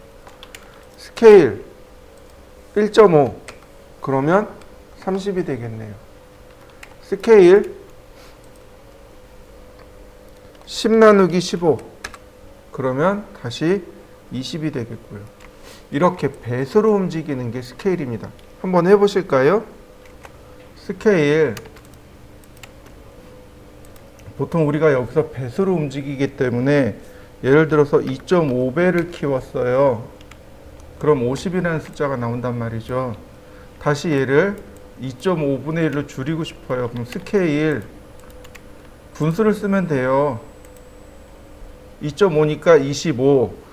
그러니까 2.5분의 1이잖아요. 그래서 10 나누기 25 이런 식으로 배수를 쓰면 돼요.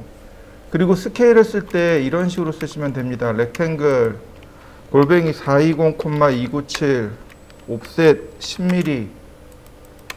자, 얘가 지금 우리가 쓰는 A3 도면 용지란 말이죠. 그러면 축척에 맞추어서 스케일 40배 이렇게요. 그래야 얘가 40배 커진 도면 용지가 되는 거죠. 이해되시나요? 물론 카피를 줄 수 있어요. 카피 0.5, 그러면 이렇게 2분의 1로 줄어든 것도 할 수 있고요. 스케일 베이스 포인트 레퍼런스 420을 297로 이런 식으로도 조절이 가능하겠고요. 스케일 지금 40배잖아요. 레퍼런스 40배를 50배로 이렇게 고쳐줄 수도 있습니다. 자, 한번 해보실까요? 자, 스트레치는 늘리기인데요. 주의할 점이 있습니다. 주의할 점이 두 개예요. 첫 번째는 스트레치를 할 때 주의할 점. 첫 번째, 끝점이 들어가야 됩니다. 끝점을 선택해야 됩니다. 중간을 선택하면 안 돼요. 무슨 얘기냐면 스트레치를 썼을 때 이렇게 중간을 선택하면 안 된다는 뜻입니다. 반드시 이렇게 끝점이 들어가야 한다는 뜻이에요. 이렇게 끝점이 포함되어져야 한다는 뜻입니다. 네, 이렇게 중간으로 들어가면 이거는 스트레치가 안 일어나요. 두 번째, 스트레치는 두 번째 걸침 선택을 해야만 됩니다. 그러니까 다시 말하면 걸침 선택을 해야 되고 끝점이 들어가 있어야만 스트레치가 일어난다는 얘기입니다. 이렇게 스트레치를 지금 포함 선택이죠? 이거 안 돼요. 안 돼요. 자, 라인. 제가 라인을 이렇게 조그맣게 그렸어요. 스트레치. 자, 이건 늘어난 게 아니죠. 이동해 버린 거죠. 스트레치. 아무것도 안 일어나죠. 이렇게 끝점이 들어가면서 걸침 선택을 해야만 이렇게 늘어나게 됩니다. 늘어나는 게 커지는 것도 있지만 이렇게 작아지는 것도 늘어나는 겁니다. 라인 같은 경우가 이제 이런 경우가 많아요. 라인이 있는데 좀 늘리고 싶어요. 그러면 이렇게 눌러보세요. 여기 그립이 나와요. 그립을 누르면 첫 번째가 스트레치입니다. 그래서 이렇게 늘릴 수 있어요. 그리고 두 번째, 자, 클릭을 했습니다. 엔터. 이동이 돼요. 엔터. 회전이 됩니다. 엔터. 스케일이 돼요. 엔터. 미러가 됩니다. 네, 이렇게 우리가 많이 쓰는 것들이 이렇게 숨어 있습니다. 이렇게 스트레치도 그냥 간단하게 이렇게 많이 써요. 굳이 스트레치 명령어 이용해서 이렇게 하느냐? 그럼 아니요. 그냥 이렇게 그냥 간단하게 이렇게도 많이 사용하고요. 이렇게 어쩔 수 없이 사각형 같은 모양일 때는 어쩔 수 없이 스트레치를 쓰는 거죠. 이렇게. 자, 한번 해보실까요? 자, 이번엔 랭슨입니다. 랭슨이 길이를 직접적으로 조절하는 명령어입니다. 랭슨 그러면 먼저 옵션부터 조절합니다. 다이나믹부터 델타 순으로 가죠. 다이나믹 동적인이란 뜻입니다. 선을 클릭하면 마우스로 이동하면 됩니다. 이렇게 클릭해서 이동해 주세요. 그러면 내가 이동한 거리만큼 적당히 그 길이를 조절할 수 있습니다. 한번 해보실까요? 랭슨 토탈입니다. 토탈은 전체 길이에요. 예를 들어서 전체 길이를 제가 200이라고 지정해 줬습니다. 자, 클릭하는 순간 선의 길이가 200mm로 이렇게 고정이 되는 거죠. 선들이 막 전부 다 이렇게 들쭉날쭉해요. 이 선들을 전부 랭슨 토탈 200mm 그러면 이와 같이 200mm로 딱 고정을 시켜주는 거죠. 네, 이게 토탈입니다. 한번 해보시죠. 랭슨 이번엔 퍼센트입니다. 퍼센트 백분율이죠. 200% 그러면 한번 누를 때마다 선이 200%씩 이렇게 커집니다. 다시 볼까요? 퍼센트 예를 들어서 50이에요. 그럼 한 번씩 누를 때마다 이렇게 50%씩 그 선의 길이가 줄어들게 됩니다. 자, 한번 해보시죠. 랭슨 델타. 델타가 증가함이라고 합니다. 늘어나고 줄어들다 라는 뜻이에요. 델타를 누르면 늘어나고 줄어들 값을 여기다 적으라고 하는 겁니다. 예를 들어서 50이라고 했어요. 그러면 한번 클릭할 때마다 이와 같이 50mm씩 쭉 늘어나게 되는 거죠. 다시 볼까요? 델타 제가 마이너스 100이라고 했습니다. 그럼 한번 클릭할 때마다 이렇게 100mm씩 줄어들게 되는 거죠. 다만 어느 순간 이렇게 안 줄어들 때가 있어요. 그건 선이 100mm보다 짧기 때문에 그렇습니다. 자, 한번 해보실까요? 자, X라인 0도 90도. 자, 각도는 90도. 서클 반지름 33.6. 자, 요렇게 28도예요. 그러니까 로테이트 마이너스 28도. 아이고. 다시 로테이트 카피 마이너스 28도. 자, 트림하면 되겠죠. 그 다음 서클 38.4mm 매치 프로퍼틱스 서클 반지름 6.4mm 옵셋 6.4mm 매치 프로퍼틱스. 자, 제가 이렇게 조금 끊었습니다. 필렛 다시 한번 필렛. 자, 트림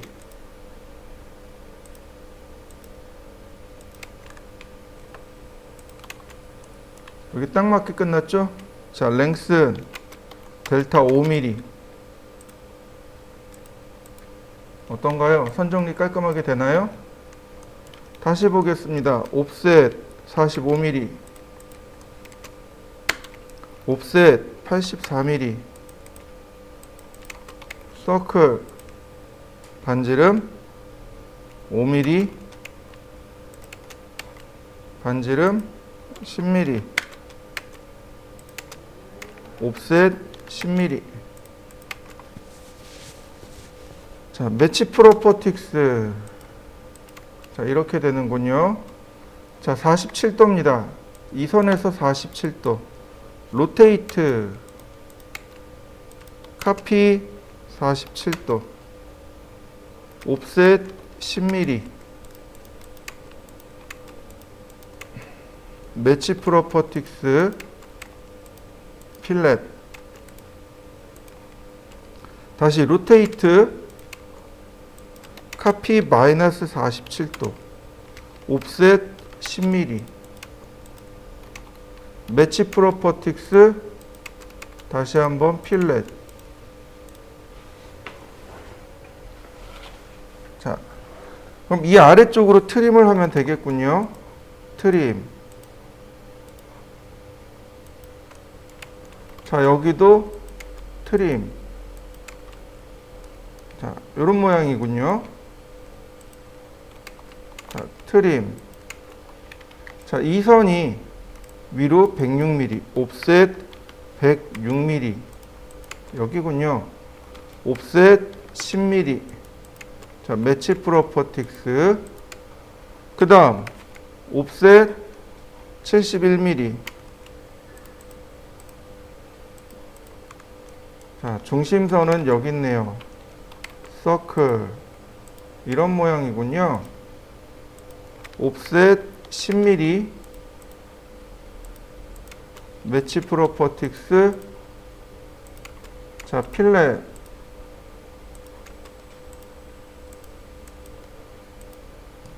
나머지 위에 또 트림으로 싹 지우고요. 그 다음 로테이트 카피 마이너스 10도, 다시 로테이트 카피 플러스 10도. 자, 옵셋 10mm. 그러면 필요 없는 선들 지우고 매치 프로퍼틱스. 그 다음 옵셋 45mm. 역시 매치 프로퍼틱스 필렛 반지름 10mm.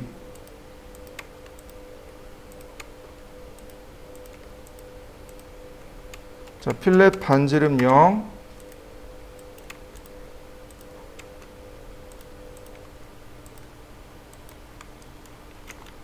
자, 마지막으로 이렇게 트림합니다. 트림. 여기도 아직 안 끝났네요. 옵셋 38mm, 옵셋 4mm. 자, 매치 프로퍼틱스로 선 정류 맞추고 트림 자르고 필렛 반지름 2.4mm. 자, 그 다음 나머지 이제 트림으로 선 정리.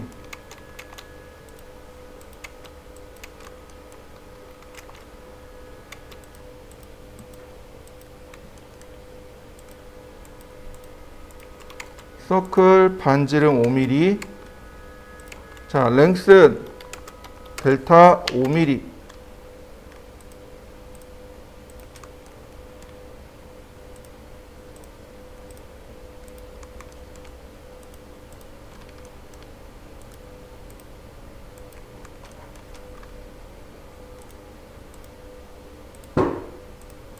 자, 어떤가요? 랭스는 이렇게 선을 내가 지정한 길이만큼 끄집어낼 때 주로 사용하는 게 랭슨의 의미입니다. 자, 한번 해보시죠. 먼저 포인트라는 명령어가 있습니다. 포인트 P타입. 자, 이렇게 두 개인데요. 자, 포인트 별거 없어요. 그냥 이렇게 딱 찍으면 이렇게 점이 하나 만들어집니다. 이걸로 끝이에요. 자, 여러분들도 한번 해보시죠. 화면에 점을 찍는 명령어가 포인트입니다. 그러면 이와 같이 점이 찍혀요. 보시면 자, P타입입니다. 자, P타입. 그럼 이렇게 대화상자가 떠요. 둘로 딱 나눕니다. 위에는 점의 모양, 아래는 점의 크기. 자, 클릭해 봤습니다. 점이 보이시나요? 이렇게 점이 모양이 바뀌게 됩니다. 여러분들도 한번 바꿔보세요. 점의 모양을 이와 같이 바꿀 수 있습니다.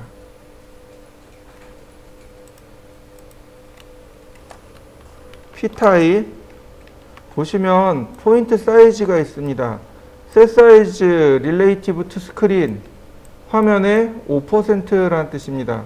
그러나 그 아래쪽으로 놓으면 셋 사이즈인 앱솔루트 유니트, 즉 절대 단위 5mm라는 뜻이 됩니다.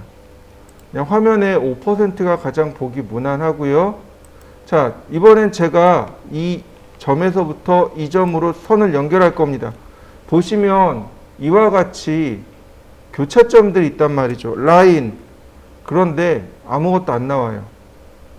오스냅이 아무것도 안 잡힙니다. 왜냐하면 얘는 점이기 때문에 그렇습니다. 점에 관련된 오스냅을 쓰셔야 돼요. 노드. 이렇게요. 점 관련 오스냅을 쓰셔야 됩니다. 이해되시나요? 자, 분명히 원이 있고 교차점이 있잖아요. 근데 저건 허상이에요. 저 그림 밑에 점이 있습니다. 이런 뜻이에요. 바다에 나가면 부표가 있어요. 부표가 이게 바닷가 인근에 연안에 떠 있는 게 있고 먼 바다에 있는 게 있어요. 연안에 떠 있는 건 암초 위에 띄워 놓습니다. 그러니까 배들이 오다가 해당 부표를 보면 피해 가요. 근데 먼 바다의 부표는 뭐예요? 그 부표 밑에 그물이 있다는 뜻입니다. 그러니까 부표의 역할은 그 부표 밑에 뭔가가 존재한다는 뜻이에요. 여기 나와 있는 이 점들은 부표입니다. 이 밑에 뭐가 있다? 점이 있다. 그러니까 오스냅을 적용할 수가 없는 거예요. 그러니까 점에 관련된 오스냅을 쓰셔야 됩니다. 자, 점을 찾는 오스냅이 두 개가 있어요. 그게 하나가 첫 번째가 노드입니다. 그리고 다른 하나가 니어레스트예요. 니어레스트는 근처란 뜻입니다. 니어레스트 커서 근처에 있는 모든 객체란 뜻이에요. 이렇게 커서 근처에 있는 모든 객체를 찾아주세요. 이게 니어레스트인데 커서 근처에 점이 하나 딸랑 있잖아요. 그래서 점을 찾는 겁니다. 자, 여러분들도 노드하고 니어레스트로 이렇게 선들을 이어보세요. 제가 선을 이렇게 그렸습니다. 디바이드. 디바이드하고 메주어입니다. 디바이드하고 메주어. 똑같은 크기로 나누는 것 등분. 메주어. 똑같은 길이로 나누는 것 메주어. 자, 디바이드. 자, 그러면 선택하고 나면 몇 등분 할 거냐고 물어봐요. 6개입니다. 자, 어떤가요? 6등분 됐는데 뭐가 들어간 거예요? 선이 잘린 게 아니고 포인트가 들어간 겁니다. 그러니까 포인트나 노드나 혹은 니어레스트를 못 쓰는 겁니다. 다시 봅니다. 라인. 자, 디스턴스 거리를 재볼까요? 142네요. 메주어 클릭합니다.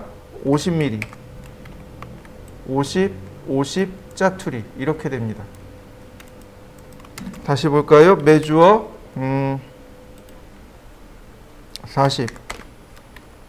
40 짜투리. 왜 오른쪽에 짜투리가 나냐면 제가 이렇게 왼쪽을 클릭했거든요. 그러니까 가장 가까운 끝점에서부터 이렇게 계산이 들어갑니다.